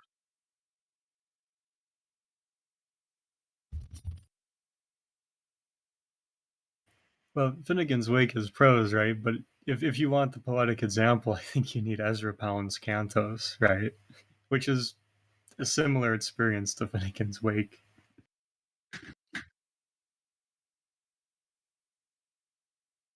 His examples are Klosowski, Rob Grier, Michel Tournier in Friday, the first version before Tournier rewrote it to D. Deleuze. I think Marguerite Duras is in that same movement at that time. In poetry, he doesn't mention it here, but he does talk about Gerasim Lucas as a poet of sense. So it was a sort of effervescence of creativity around a new novel, which was seen to be, Philip Solers as well is in that, and was seen as being in relation to, but something different from, but in relation to structuralism. I mean, if we're going to talk about poetry, we have to mention also the end of that where he begins talking about where is the exact phrasing? As said in I'm not going to get it right. Poeta fit non nascitur. The poets are born, not made, which is a Carroll poem. There's a line specifically in there that Deleuze is referencing. The poem is it's written by Carroll, It's of an old man telling his grandson about how to write and how to be a great poet, because poets are made, not born. And he's going through everything. At some point, the child goes, well, what is this sensation you speak of? The idea of sensation. What is it? And the old man gets sad and refers to a Dio Bochico play called Colleen Bawn. And then the line is, the word is due to Bochico in this theory of his, where life becomes a spasm and history a whiz. If that is not sensation, I don't know what is. The phrasing of this and the playfulness sort of belies. Colleen Bawn is one of the darkest fucking plays ever written. Dion was an extraordinary playwright who did a whole bunch of things like anti-slavery plays that did, awful in Ireland. He was an odd cat. But Colleen Bawn was the story of a 14-year-old girl who was forced into marriage, persuaded a helper to murder her to get her out of it. And it doesn't pull punches. Like, we're talking about also the late 1800s. This is not like HBO. This was crazy for its time. So the idea of, and the line here, that again, the phrasing belies, life becomes a spasm and history a whiz. The sensation he's talking about is the direct and immediate reaction to it. And so to me, when he's referring, as is said in Poets Are Made Not Born, Spasm or Whiz, these are the two rules of a poem. This is sort of that thing he's talking about in all of this, that you have kind of these two options, the spasm or the whiz. Just a little bit of a deep dive on that reference. If we take it back to the stuttering, because he says the poem and the stuttering, the two rules of the poem and the two forms of stuttering illustrate the two paradoxes.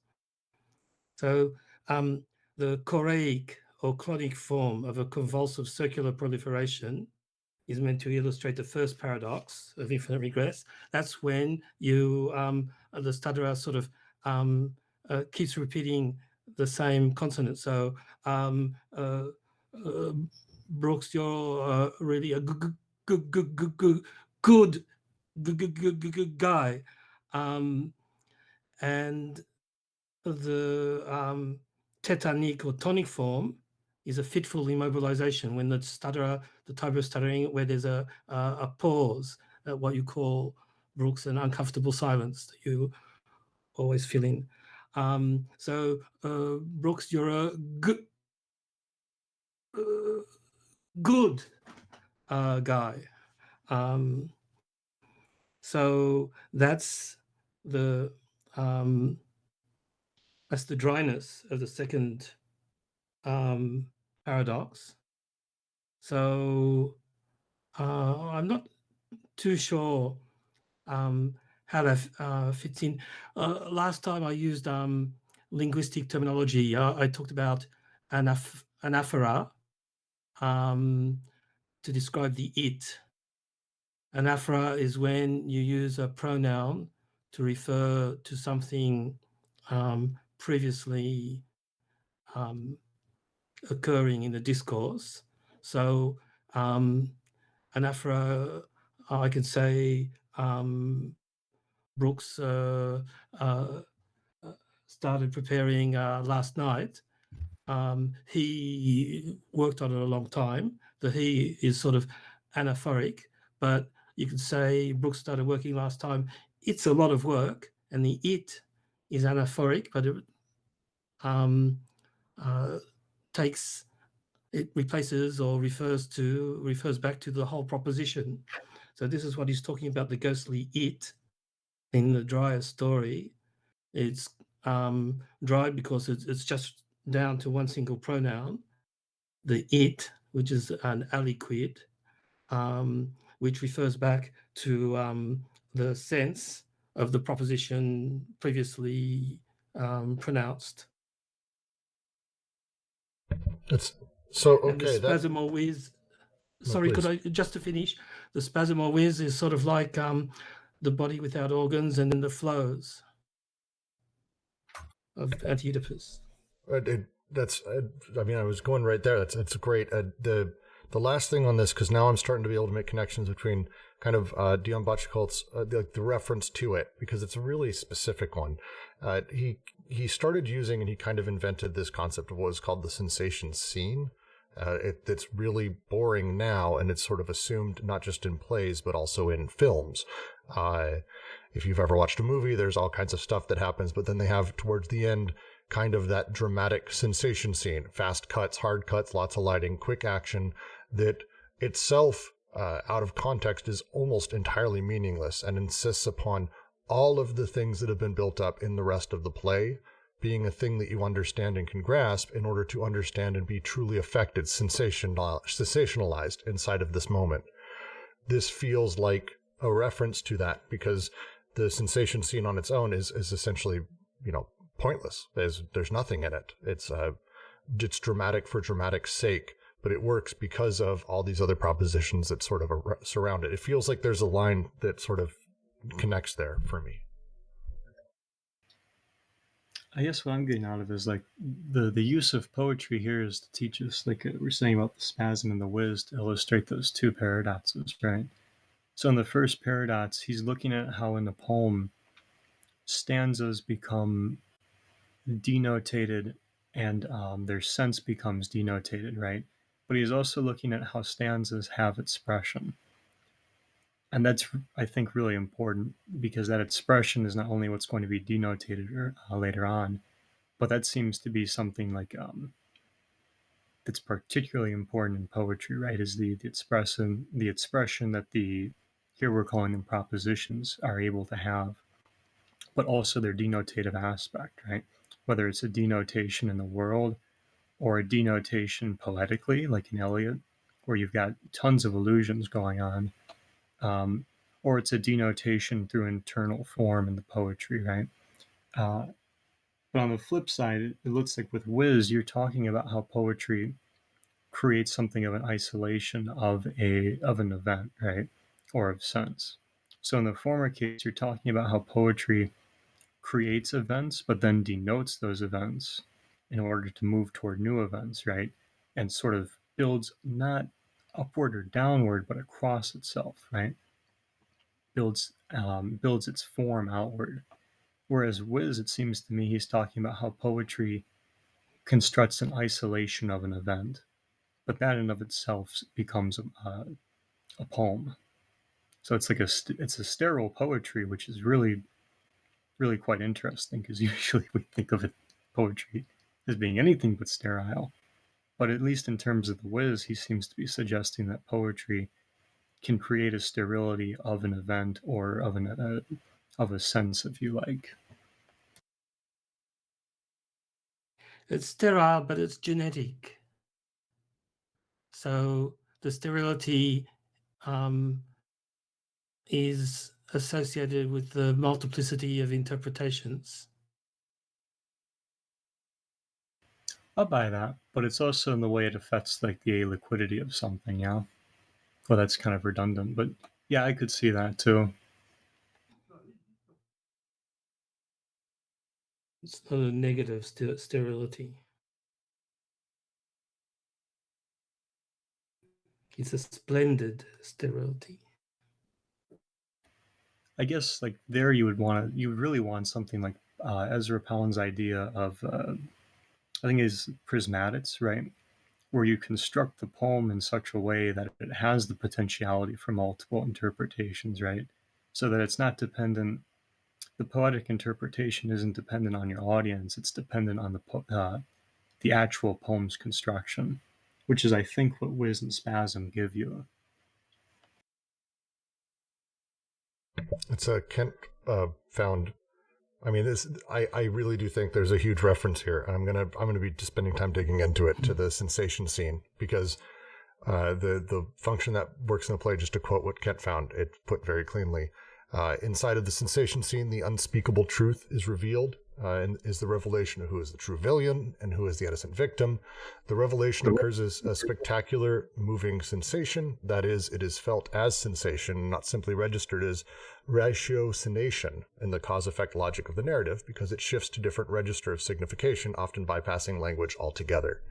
It's really incredible to make that That helps me understand a lot more of this, actually, because that's a really good reference, and so bringing that back to language fits. I do want to make one more step forward. The last part of this that I did have, we'll say, trouble with is the idea of essence. And it's the sort of ending of this area when he starts talking about essence. The third state of essence is essence as sense, essence as expressed, always in this dryness and this splendid sterility and neutrality. It is indifferent to the universal and to the singular, to the general, to the particular, to the personal and the collective, indifferent to affirmation, negation. In short, it is indifferent to all opposites. This is so because these opposites are but modes of the proposition considered in its relations of denotation and signification, and not traits of the sense which expresses it. Is it then the status of pure event or of the fatum which accompanies it to surmount all the oppositions in this way, neither private public, collective individual?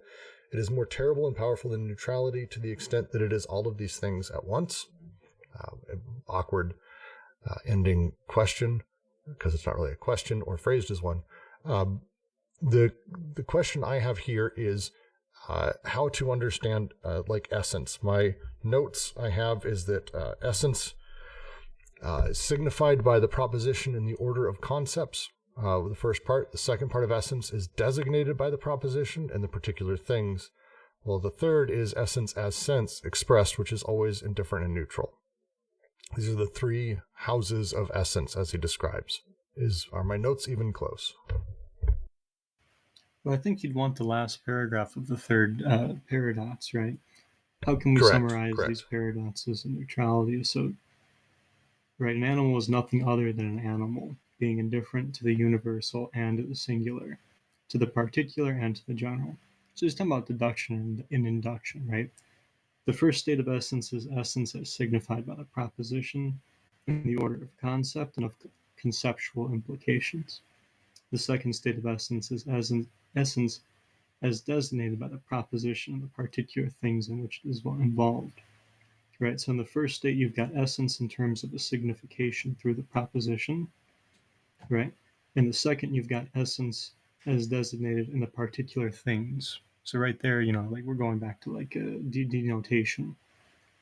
There's a stutter for you. But the third state of essence is essence as sense, essence as expressed, always in the dryness and the splendid sterility or neutrality.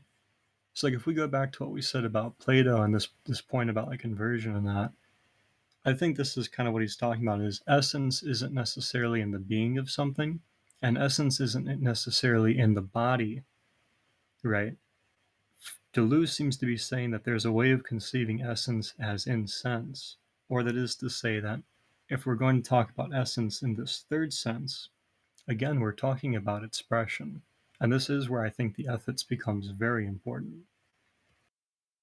It feels like an early play at, and I don't want to jump too much, but it feels like an early play at the references later in AO towards how representation operates, that it is something that, I don't know, exists, sort of doesn't give a shit about the singular, the general, particular, personal, collective, that it sort of gives us animal is nothing other than an animal, is indifferent to the universal and the singular. It gives us very clear sort of sense meaning that, I don't know where that thought goes. It just feels like there's connections to that. Well, that would suggest the representation is working with expression, which might be, I could see that, but I think you'd want to be careful there because the representation, like, so in terms of, at least just here, right, like in terms of like the universality and the particular, right, like there's an inductive and deductive process there, right, where the essence is kind of in that semiotic process, right, the ability to go from a proposition or to a particular to a general and a general to a particular, right? I think that's the easiest sense, right? The universal to the singular and the singular to the universal, to make it really simple. In the second instance, you would be talking about essence relying on a state of affairs of bodies, so denotation. But in that third case, you're talking about essence in expression, right? Or essence as expression.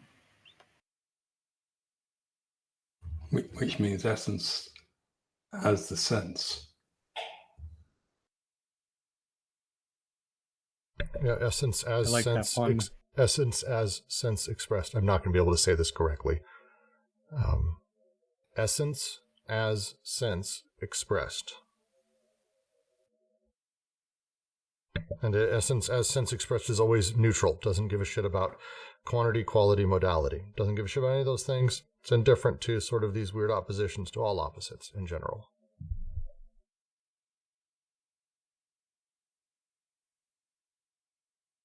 So, I mean, in this way, perhaps essence is the thing, devoid of any, let me think, anything that, I'm trying to think how we could say what essence is. It's that thing, that's universal thing, that's that unchanging thing, the abstract thing, perhaps.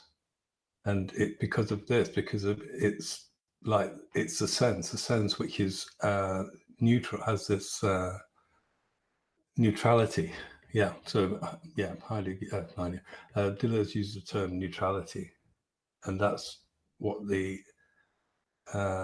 it's summarizing the paradox of neutrality, and through this idea of essence, which is this same as the sense of something, sense and essence. So they say that seems to be saying the same thing.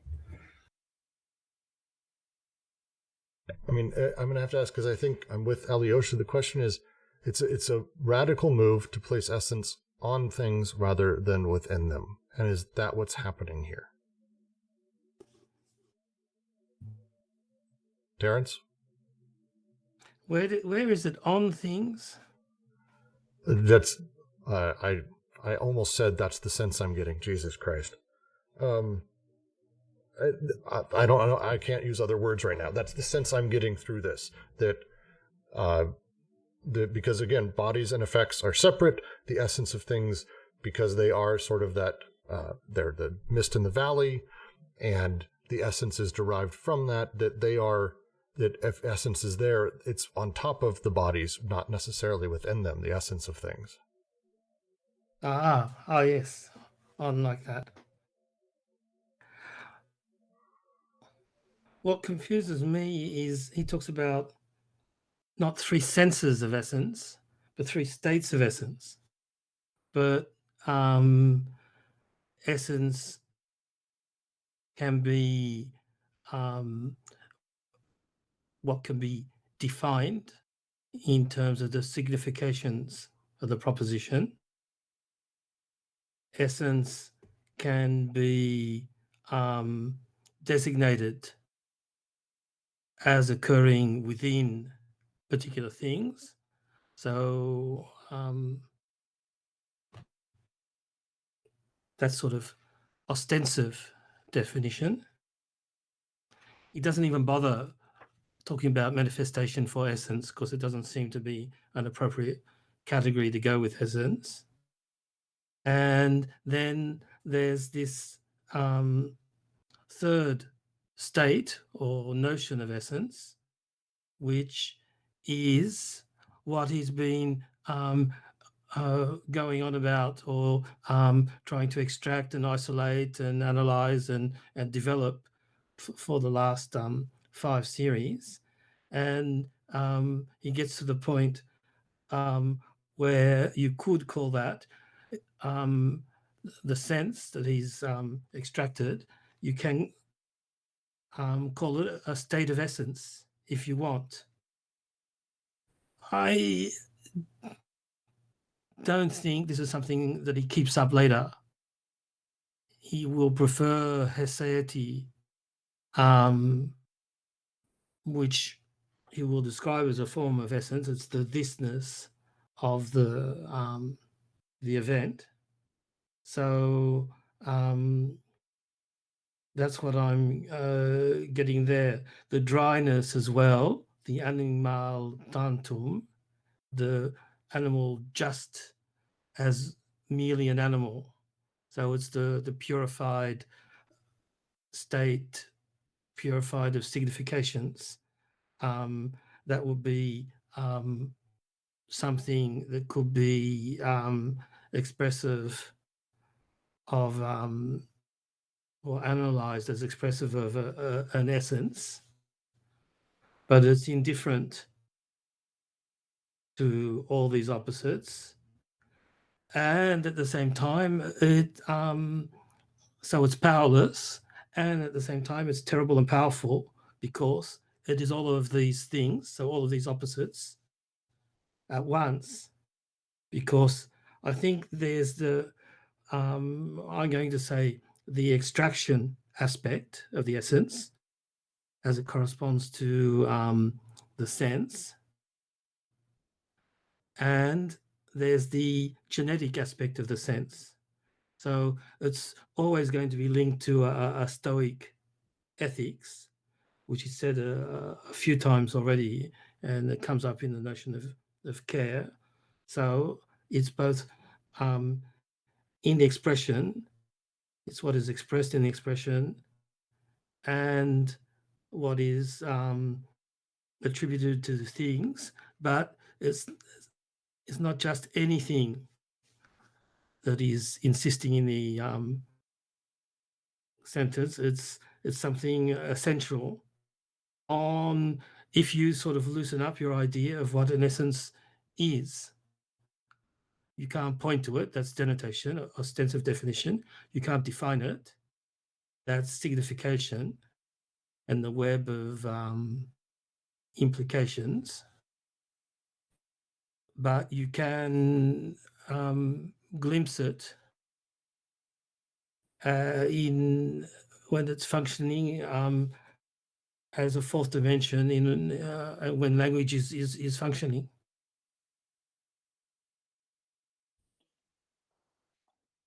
I think this reference to Vakina, I think the model of Vakina kind of repeats the model of the Stoic model. So you have the particular thing. The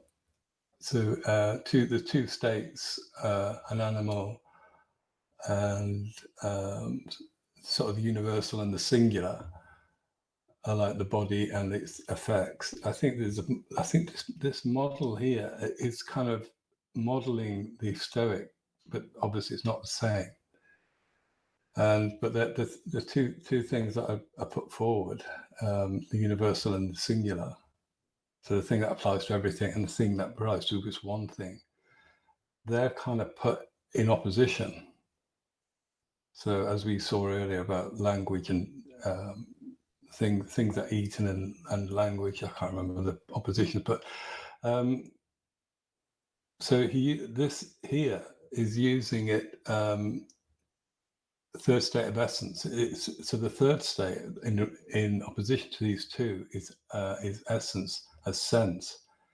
It's indifferent to the universal and to the singular, to the general and the particular, to the personal and to the, and it is also indifferent as in crucially to affirmation negation. In other words, this is why, and so I think this model is the model that Deleuze is using to, as he says, summarize the paradox of neutrality.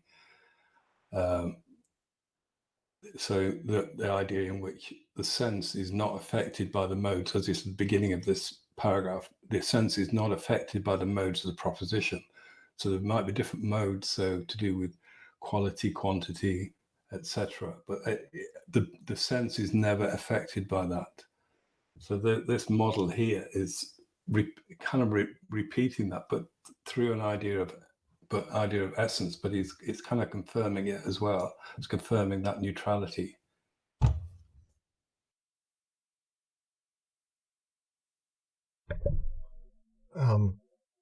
If no one has anything else real quick, I do want to move to the last bit of this, which is the paradox of the absurd. I think this is the only one I think I kind of got. Oh my God, I hope I understood this.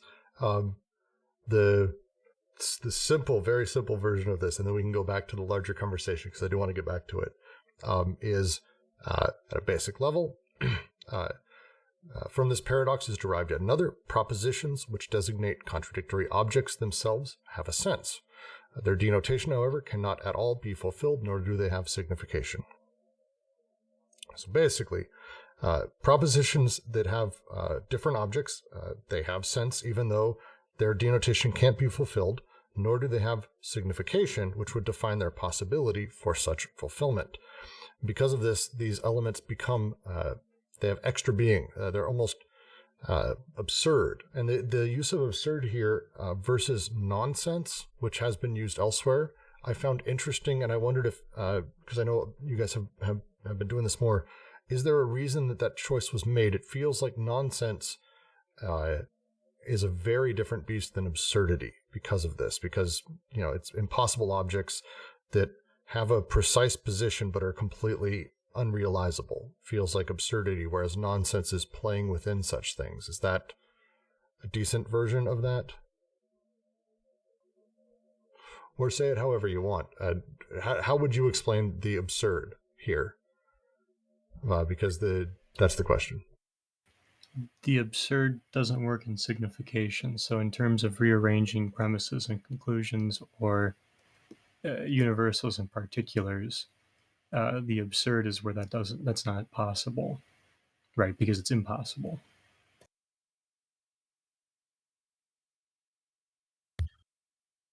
I think if you follow Hellerstein, you get, like I said before, pairs of contradictions give you paradoxes. Pairs of paradoxes give you absurdities. Pairs of absurdities give you impossibilities.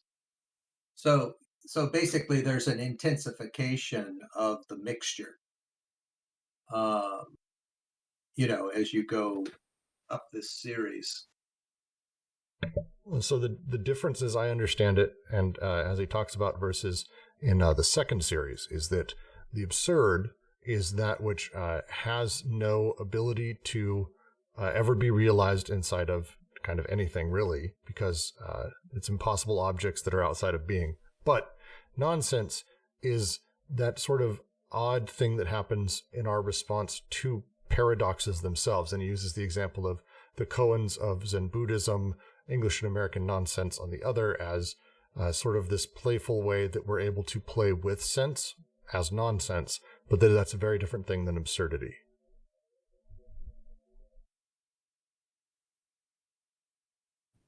Because nonsense has a sense. Go ahead, Kent. If you look at Carroll's poetry and like the hunting for the snark and so forth, you see that he makes up words that you kind of know what they mean, but you really have no idea. And those words are not absurd, right? They're not mixtures of contradictions, right? They're just words that have a certain sense to them because of related words or onomatopoeia or other factors in language. Well, I want to reiterate again, though, I don't think sense is dependent on understandability. Like, for sense to express, I don't think it needs to be, I don't think it's a question of your audience, which is why I made the pound point earlier. So when he says nonsense, it looks like he's talking about something that has a paucity of denotation. So a snark, what does that denote, right? At best, we can denote within the poetry, but at least in the hunting of the snark, that's extremely slippery business, which is why there's a question of sense there, because the denotation, it goes back to a kind of stuttering, doesn't it?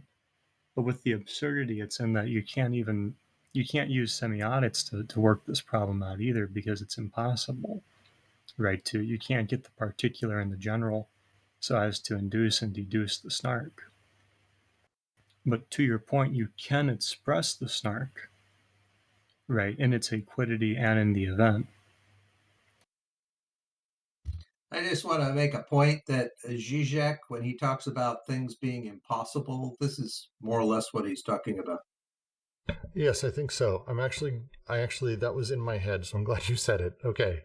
Because it's a really unique use here, and I know I don't want to get too deep into the definition of nonsense because series 11 is literally the series of nonsense, I want to say. So at some point we're literally going to be going over all this, but I wanted to just kind of dive into it, the use of the absurd here, because that's what I was having trouble following, is the paradox of the absurd or possible objects, the use of the word absurd versus nonsense, and to explicitly say the notions of absurdity and nonsense must not be confused. And then he goes on to literally say things that confuse me. So it's I think, yeah, I think the thing I think nonsense literally means without sense, whereas the absurd, as he says, it's what does he say? Object without a home somewhere, something like that. But they do have a sense, so they're not nonsense in the literal sense. I mean, we have obviously the word nonsense as a kind of genre of writing, say, but I think it means in the literal sense the thing without sense. And then we have absurd things, which which are he calls them contradictory objects. So an object, so obviously it needs two terms within it. So a square circle, it contradicts itself. So it's contradictory within itself, a square circle. But it's not without sense, i.e. it's not nonsense. It has a sense. There is a sense within that. He said, nevertheless, they have a sense. And because of that, because they have a sense, the notions of absurdity and nonsense must not be confused. They're objects without a home outside of beings. And so they move into this world of extra being, the a-liquid world, the world, things that sit there outside of being. So one of the ways I like to think about this is in terms of the kind of the absolute unconscious, and it has a surface on it, and we're talking about that surface here, and on that surface there's like virtual particles being created and destroyed, a sense and nonsense.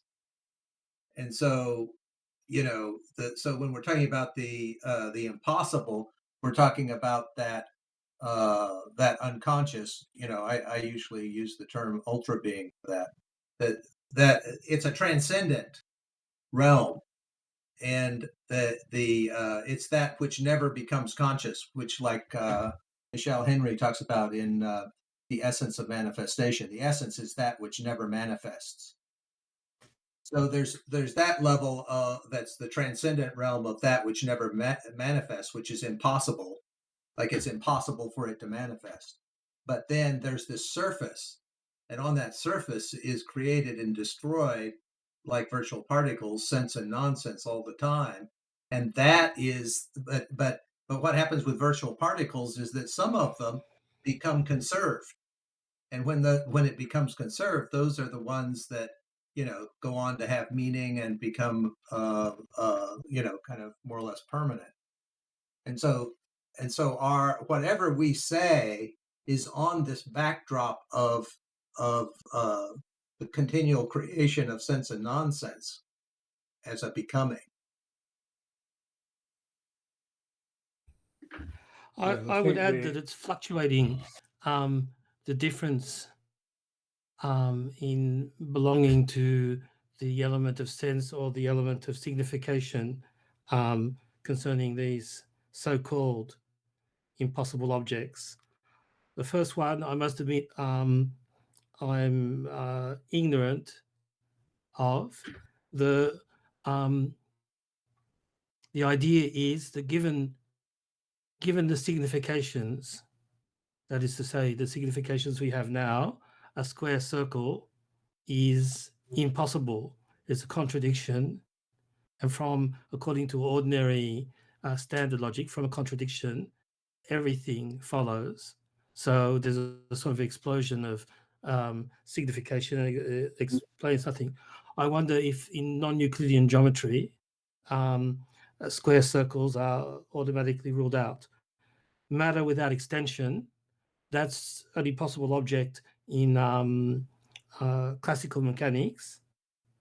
But with the idea of the singularity at the center of a black hole, it has a sense all the time. but it gets re-signified and it becomes a possible object at a certain stage. Perpetual mobile, perpetual motion machine, that is ruled out by the three laws of thermodynamics, but it seems to me that Einstein, one of his earliest papers, one of the papers that he actually got the Nobel Prize for, because they were too afraid to give you the Nobel Prize for relativity. So he took his early work and said, that's great. One of his early papers was analyzing Brownian motion as a case of a perpetual motion machine. I may be wrong there, but that's what I vaguely remember. So the status of impossible object may be empirical, but there will be a change in the significations. If you just take the significations as they're classically conceived, the significations are contradictory, and so they rule out the actual existence of whatever object has been defined in contradictory ways. But that doesn't stop them from having a sense and having a life of their own in literature, for example. Mountain without a valley, I don't see, you could just have a planet with one mountain and all the rest is flat.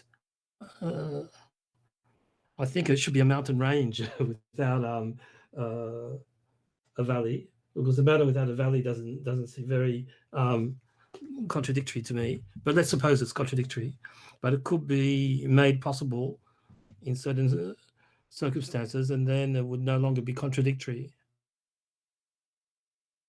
So just like to make a point about this perpetual motion machines. So it turns out that they've discovered something that's like a perpetual motion machine, which is a time crystal. So, I can't remember who it was, but they postulated that given space time, you ought to be able to have crystals that had part of uh, uh, their their crystalline positions in time rather than space. And so then, so recently they I think by accident created a substance like that and proved that there were these time crystals. And basically, those give you pure repetition because it just bounces back and forth between the different positions in time, and gives you a kind of perpetual motion machine. So it's kind of interesting that we've said that perpetual motion machines are impossible all this time, but it turns out that space time allows them. I think the point of this paradox of the absurd is that it adds a third type of being. That's the way I'm reading it. He said we have the real beings, they have the possible beings, but with the impossible objects, we have this extra being, which is obviously, as we know, it's been constantly referred to as terms like the liquid throughout this.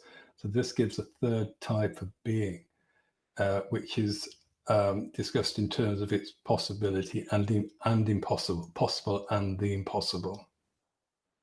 And in that sense, the impossible objects find that, he says they're without a home, but it seems to me perhaps they find a home in this third type of being. They can be judged possible or impossible.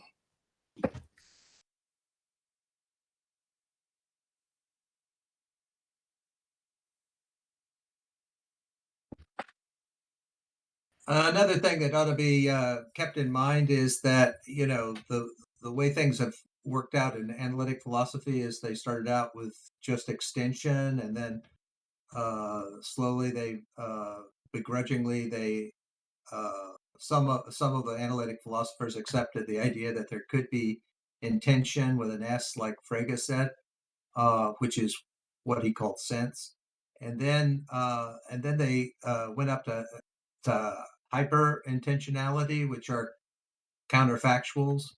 And then recently there was a book called Impossible Worlds, And so this is the sense of impossibility, I think, that we ought to focus on, these impossible worlds.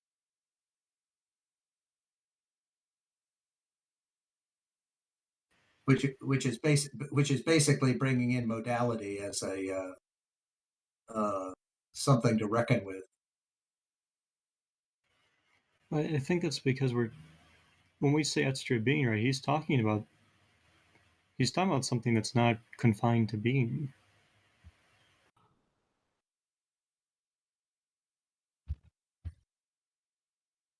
I think it is in Meinong. Extra being was all the beings that did not have existence, and he has a whole categorization of all of those beings that do not exist. But that might be, but Deleuze writes there of extra being, well, I'll even back up, impossible objects, square circles, matter without extension, perpetual mobile, mountain without valley, etc., are objects, quote, without a home, end quote, outside of being. But they have a precise and distinct position within this outside. They are of so-called extra being, pure ideational events unable to be realized in a state of affairs. So here he seems to be talking about a form of expression that is very similar to sterility in the sense that it's not, you don't really have exactly a being there, right? Because you've got an infinitive. Here he seems to be suggesting that this fourth paradox, or like if I like the snark example, right? The snark is basically it's in a, if it isn't in a being, it's in a being of becoming. But I get the sense that, or I get the impression rather, that Deleuze is saying that this kind of being is an ideational event, right? It's a pure being, so it's a simulacra onto itself. So it seems to be asking us to think about this a little bit differently, especially because we don't have a snark to denote, except within the poem. But that never really, right? You never get a denotation of something outside of that, right? There's not a snark in the world to point at, like we said. On the flip side, we can't really use semiotics to deduce and induce a snark, right? All we can do is focus on the snark in its expression, but always in its always in its expression, and therefore always as becoming, because otherwise it's not possible. Yeah, I think looking back, he talks about it. Things they subsist, they exist, they subsist. They have that kind of minimum existence. And here he's saying the impossible does have a home within the real. It's the minimum common to the real. So the minimum which we can judge things to be real are in terms of the possible and the impossible. Therefore, I think he's constantly saying what these impossible things are, which is to do with sense. These extra being, these things that are outside of being. Here, I feel that there is a home for them is being constructed within the real. They can be thought as possible or impossible.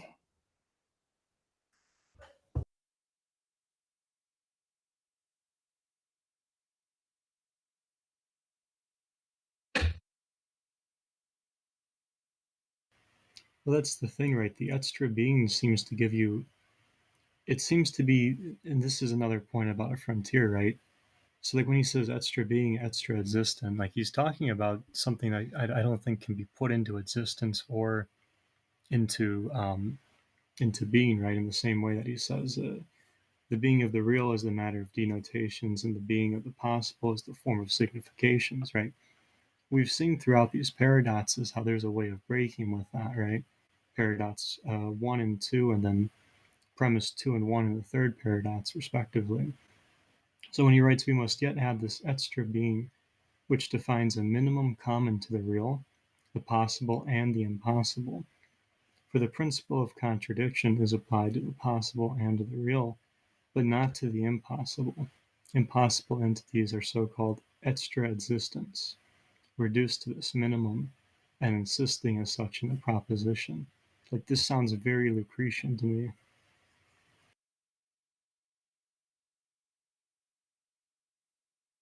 He is willing to call them entities. He says that from the very beginning in the preface. Sense is a non-existing entity. So he needs a word to refer to both what exists and what doesn't exist, what insists or inheres. So it seems like a paradoxical formula already, but he is willing to call them entities, just as he's willing to call them objects. So the impossible objects and the non-existing entities, or impossible entities as well. There's at the end there. Yeah, but yeah, they are entities in the sense that extra beings. They're a liquid. I think it's always this reference to this thing that is not in terms of the real or in terms of the possible. It's something beyond those. They have this subsistence, or rather than existence, they have a subsistence, this sort of minimum reality.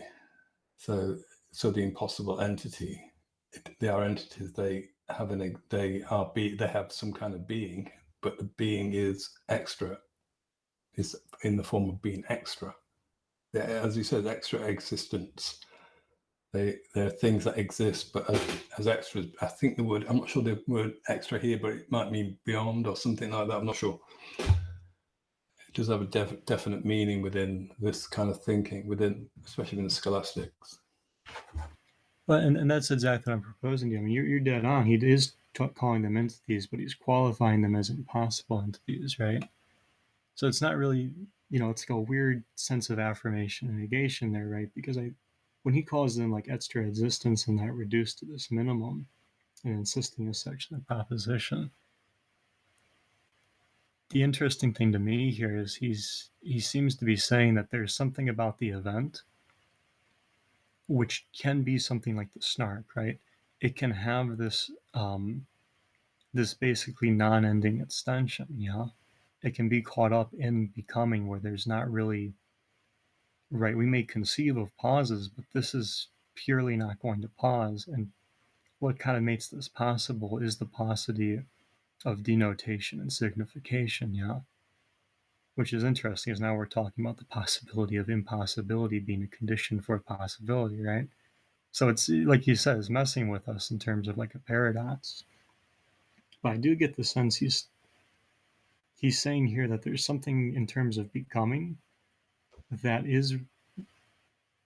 maybe undulates these things of the real and the possible, but at the same time doesn't exactly fit into them either, which seems consistent with his idea of the simulacra.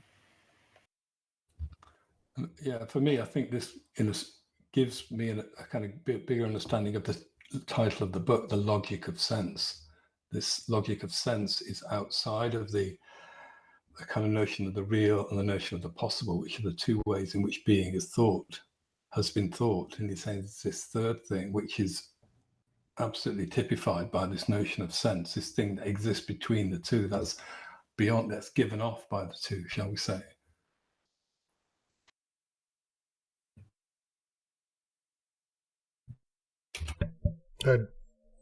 One way that so I was trying to explain this to someone else.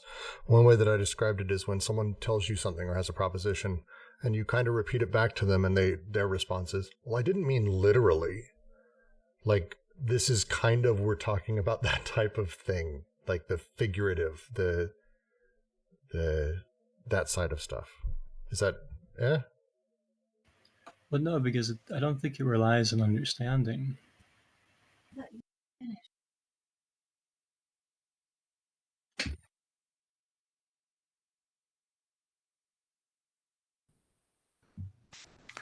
I would be tempted to say that you could have almost a typology of people It makes me think of Deleuze in his seminars said that the typology of images that he gives in the cinema books could be sort of not exactly psychological types, but an expanded semiotic typology. So obviously everybody has language. So everybody has the 4 dimensions, but there are people who are mainly into denotation. Sometimes I'm walking with someone and all the time they're talking about, oh, look at that. Oh, you see that house? Wouldn't that be good to live in? But it will be far from the market. Or look at this flower. I saw that last year. It's really rare in the south and so on. You have people who are into signification. And so it's not exactly taking you literally, but it's sort of deducing, taking you at your word, deducing all sorts of implications and logical consequences from the actual words that you say, when you might not care so much about the words. You might be feeling your way and trying to say the right words for that person, and you make a mistake, and they immediately make a deduction to show that you said something silly, when in fact you're willing to try another set of words. And there are people who speak mainly, they give primacy to manifestation. So it's implied whether they say it or not. This is what I think. You can think something else. I believe, I hope. It's all around them.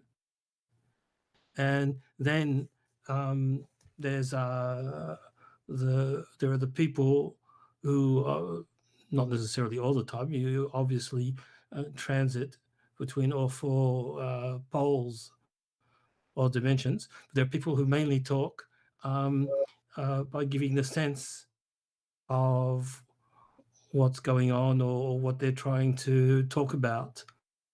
And sometimes they can seem really vague and waffly, or you're not sure what they're talking about. And sometimes they can give sort of sparks of insight that you would never have thought possible.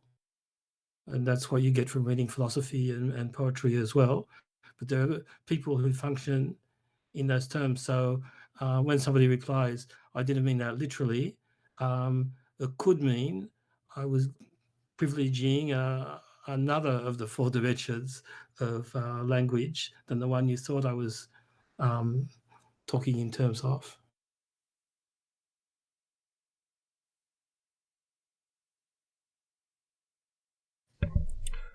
I really like that.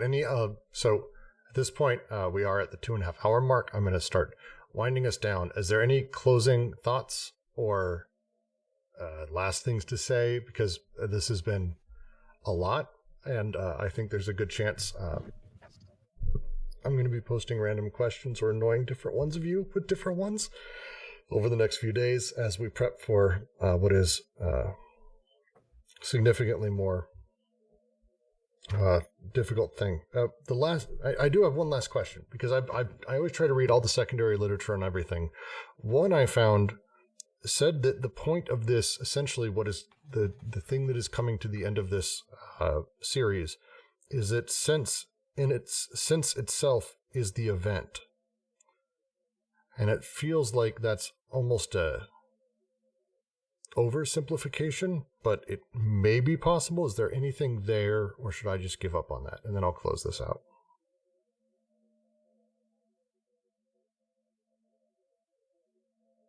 For me, sense is the event. Thought on the language side, because it's sense event. It's bi-faced, non-existent entity.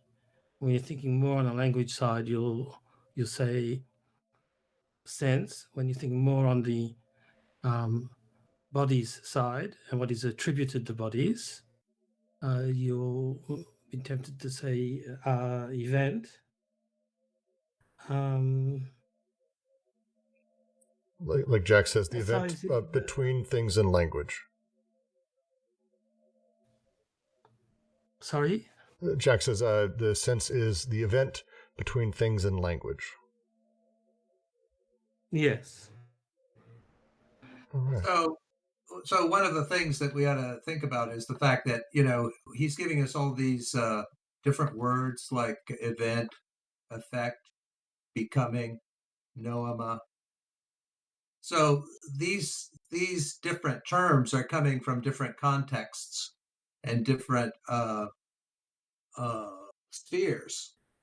And what he's talking about is something that he's trying to approach through all of these different terms. And in order to get at what the expression of sense is. And so I think we should just take them all as provisional indications of what he's talking about. There's a passage we haven't considered that I think is badly translated as well, but I think it says this same thing. In my copy, it's on page 36, second paragraph. One of Carroll's general techniques consists of presenting the event twice, precisely because everything occurs by way of and within language. It is presented once in a proposition in which it subsists, that's the sense, and again in a state of affairs where it crops up at the surface, that's the event aspect. And then he talks about the songs, and there's a parenthesis. He closes the parenthesis and he gives the question, but is it necessary to relate the event twice? And I don't think it means that at all. I've lost where it's just before the fourth paradox. In French, it says, but should one say twice? That is to say, he starts off saying, Carroll presents everything twice, as sense and as event. And then he asks the question, but should we really call that presenting it twice? And in fact, the answer is no, because it's always at the same time, since they are two simultaneous faces of one and the same surface. So the sense and the event, it's not, you need it. It's, as Ken said, it's provisional. You need to distinguish the two because the pathways to getting to them are different. And the distinction itself is provisional because they're two faces of the same thing.